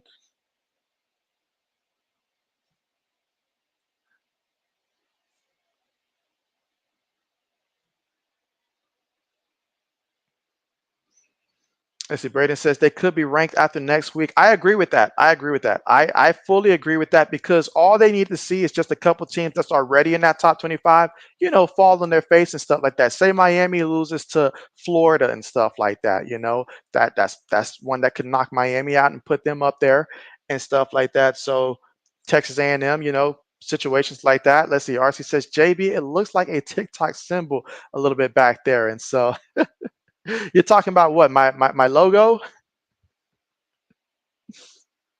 And so, oh man, I mean, and again, right now, Florida State calling timeouts here. They're just hoping at this point that when Georgia Tech does line up for the field goal, that one, they have enough time to respond, but two, really just hoping that Georgia Tech, if it does come down to a field goal, that Georgia Tech ends up missing it. But Georgia Tech, they're thinking we get another first down right now. That'd be massive. That would be massive. Absolutely. But yes, again, currently right now at the commercial in this game, all tied up.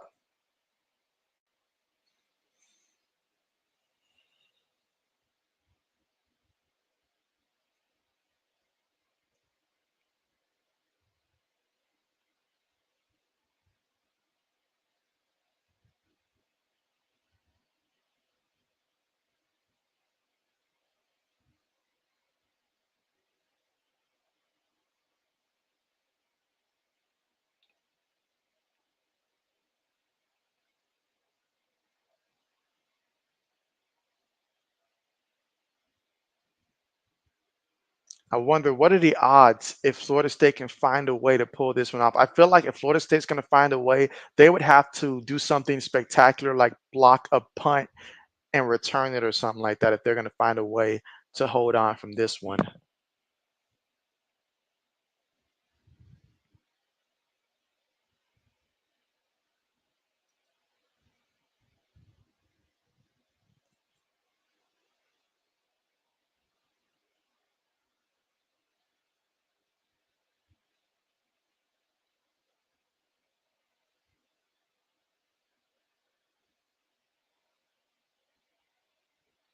All right.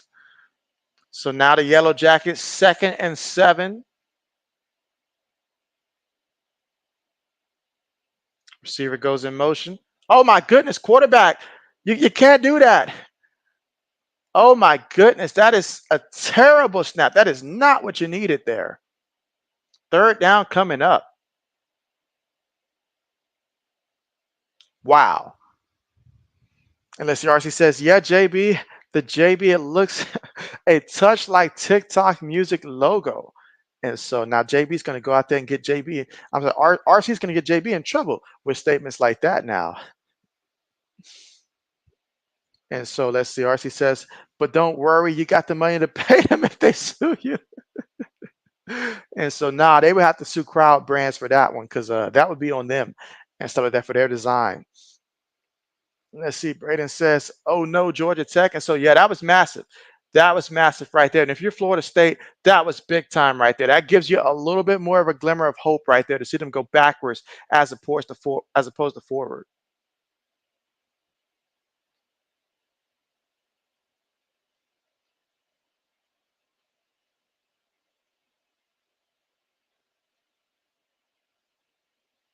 All right, here we go. 3rd and 18 right now. 55 seconds remaining in this one, all tied up 21-21. And after that debacle that knocked them back, now Georgia Tech's got to find a way to move forward here.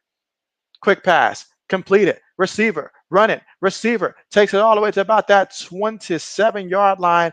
And so that's a good pickup. They needed that one. They needed that one. Florida State's all out of timeouts. So if he makes it, Georgia Tech would be the winner. However, should they miss it, then we're going to get a little JBOT. Let's see. RC says, Braden, what have you done? What have they done? What have they done? And just a reminder, your boy's going to be back on later with the Nevada and SMU game later on.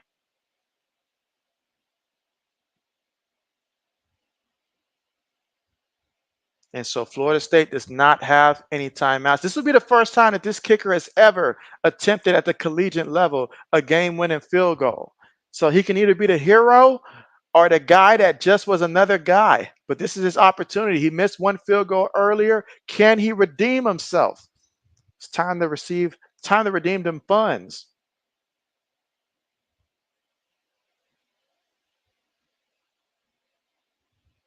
Will they send shock waves on a week 0 game where everybody probably said we'll focus on the preseason because it's week 0? There was no games that probably stood out to them. But can Georgia Tech complete the job, finish the mission here?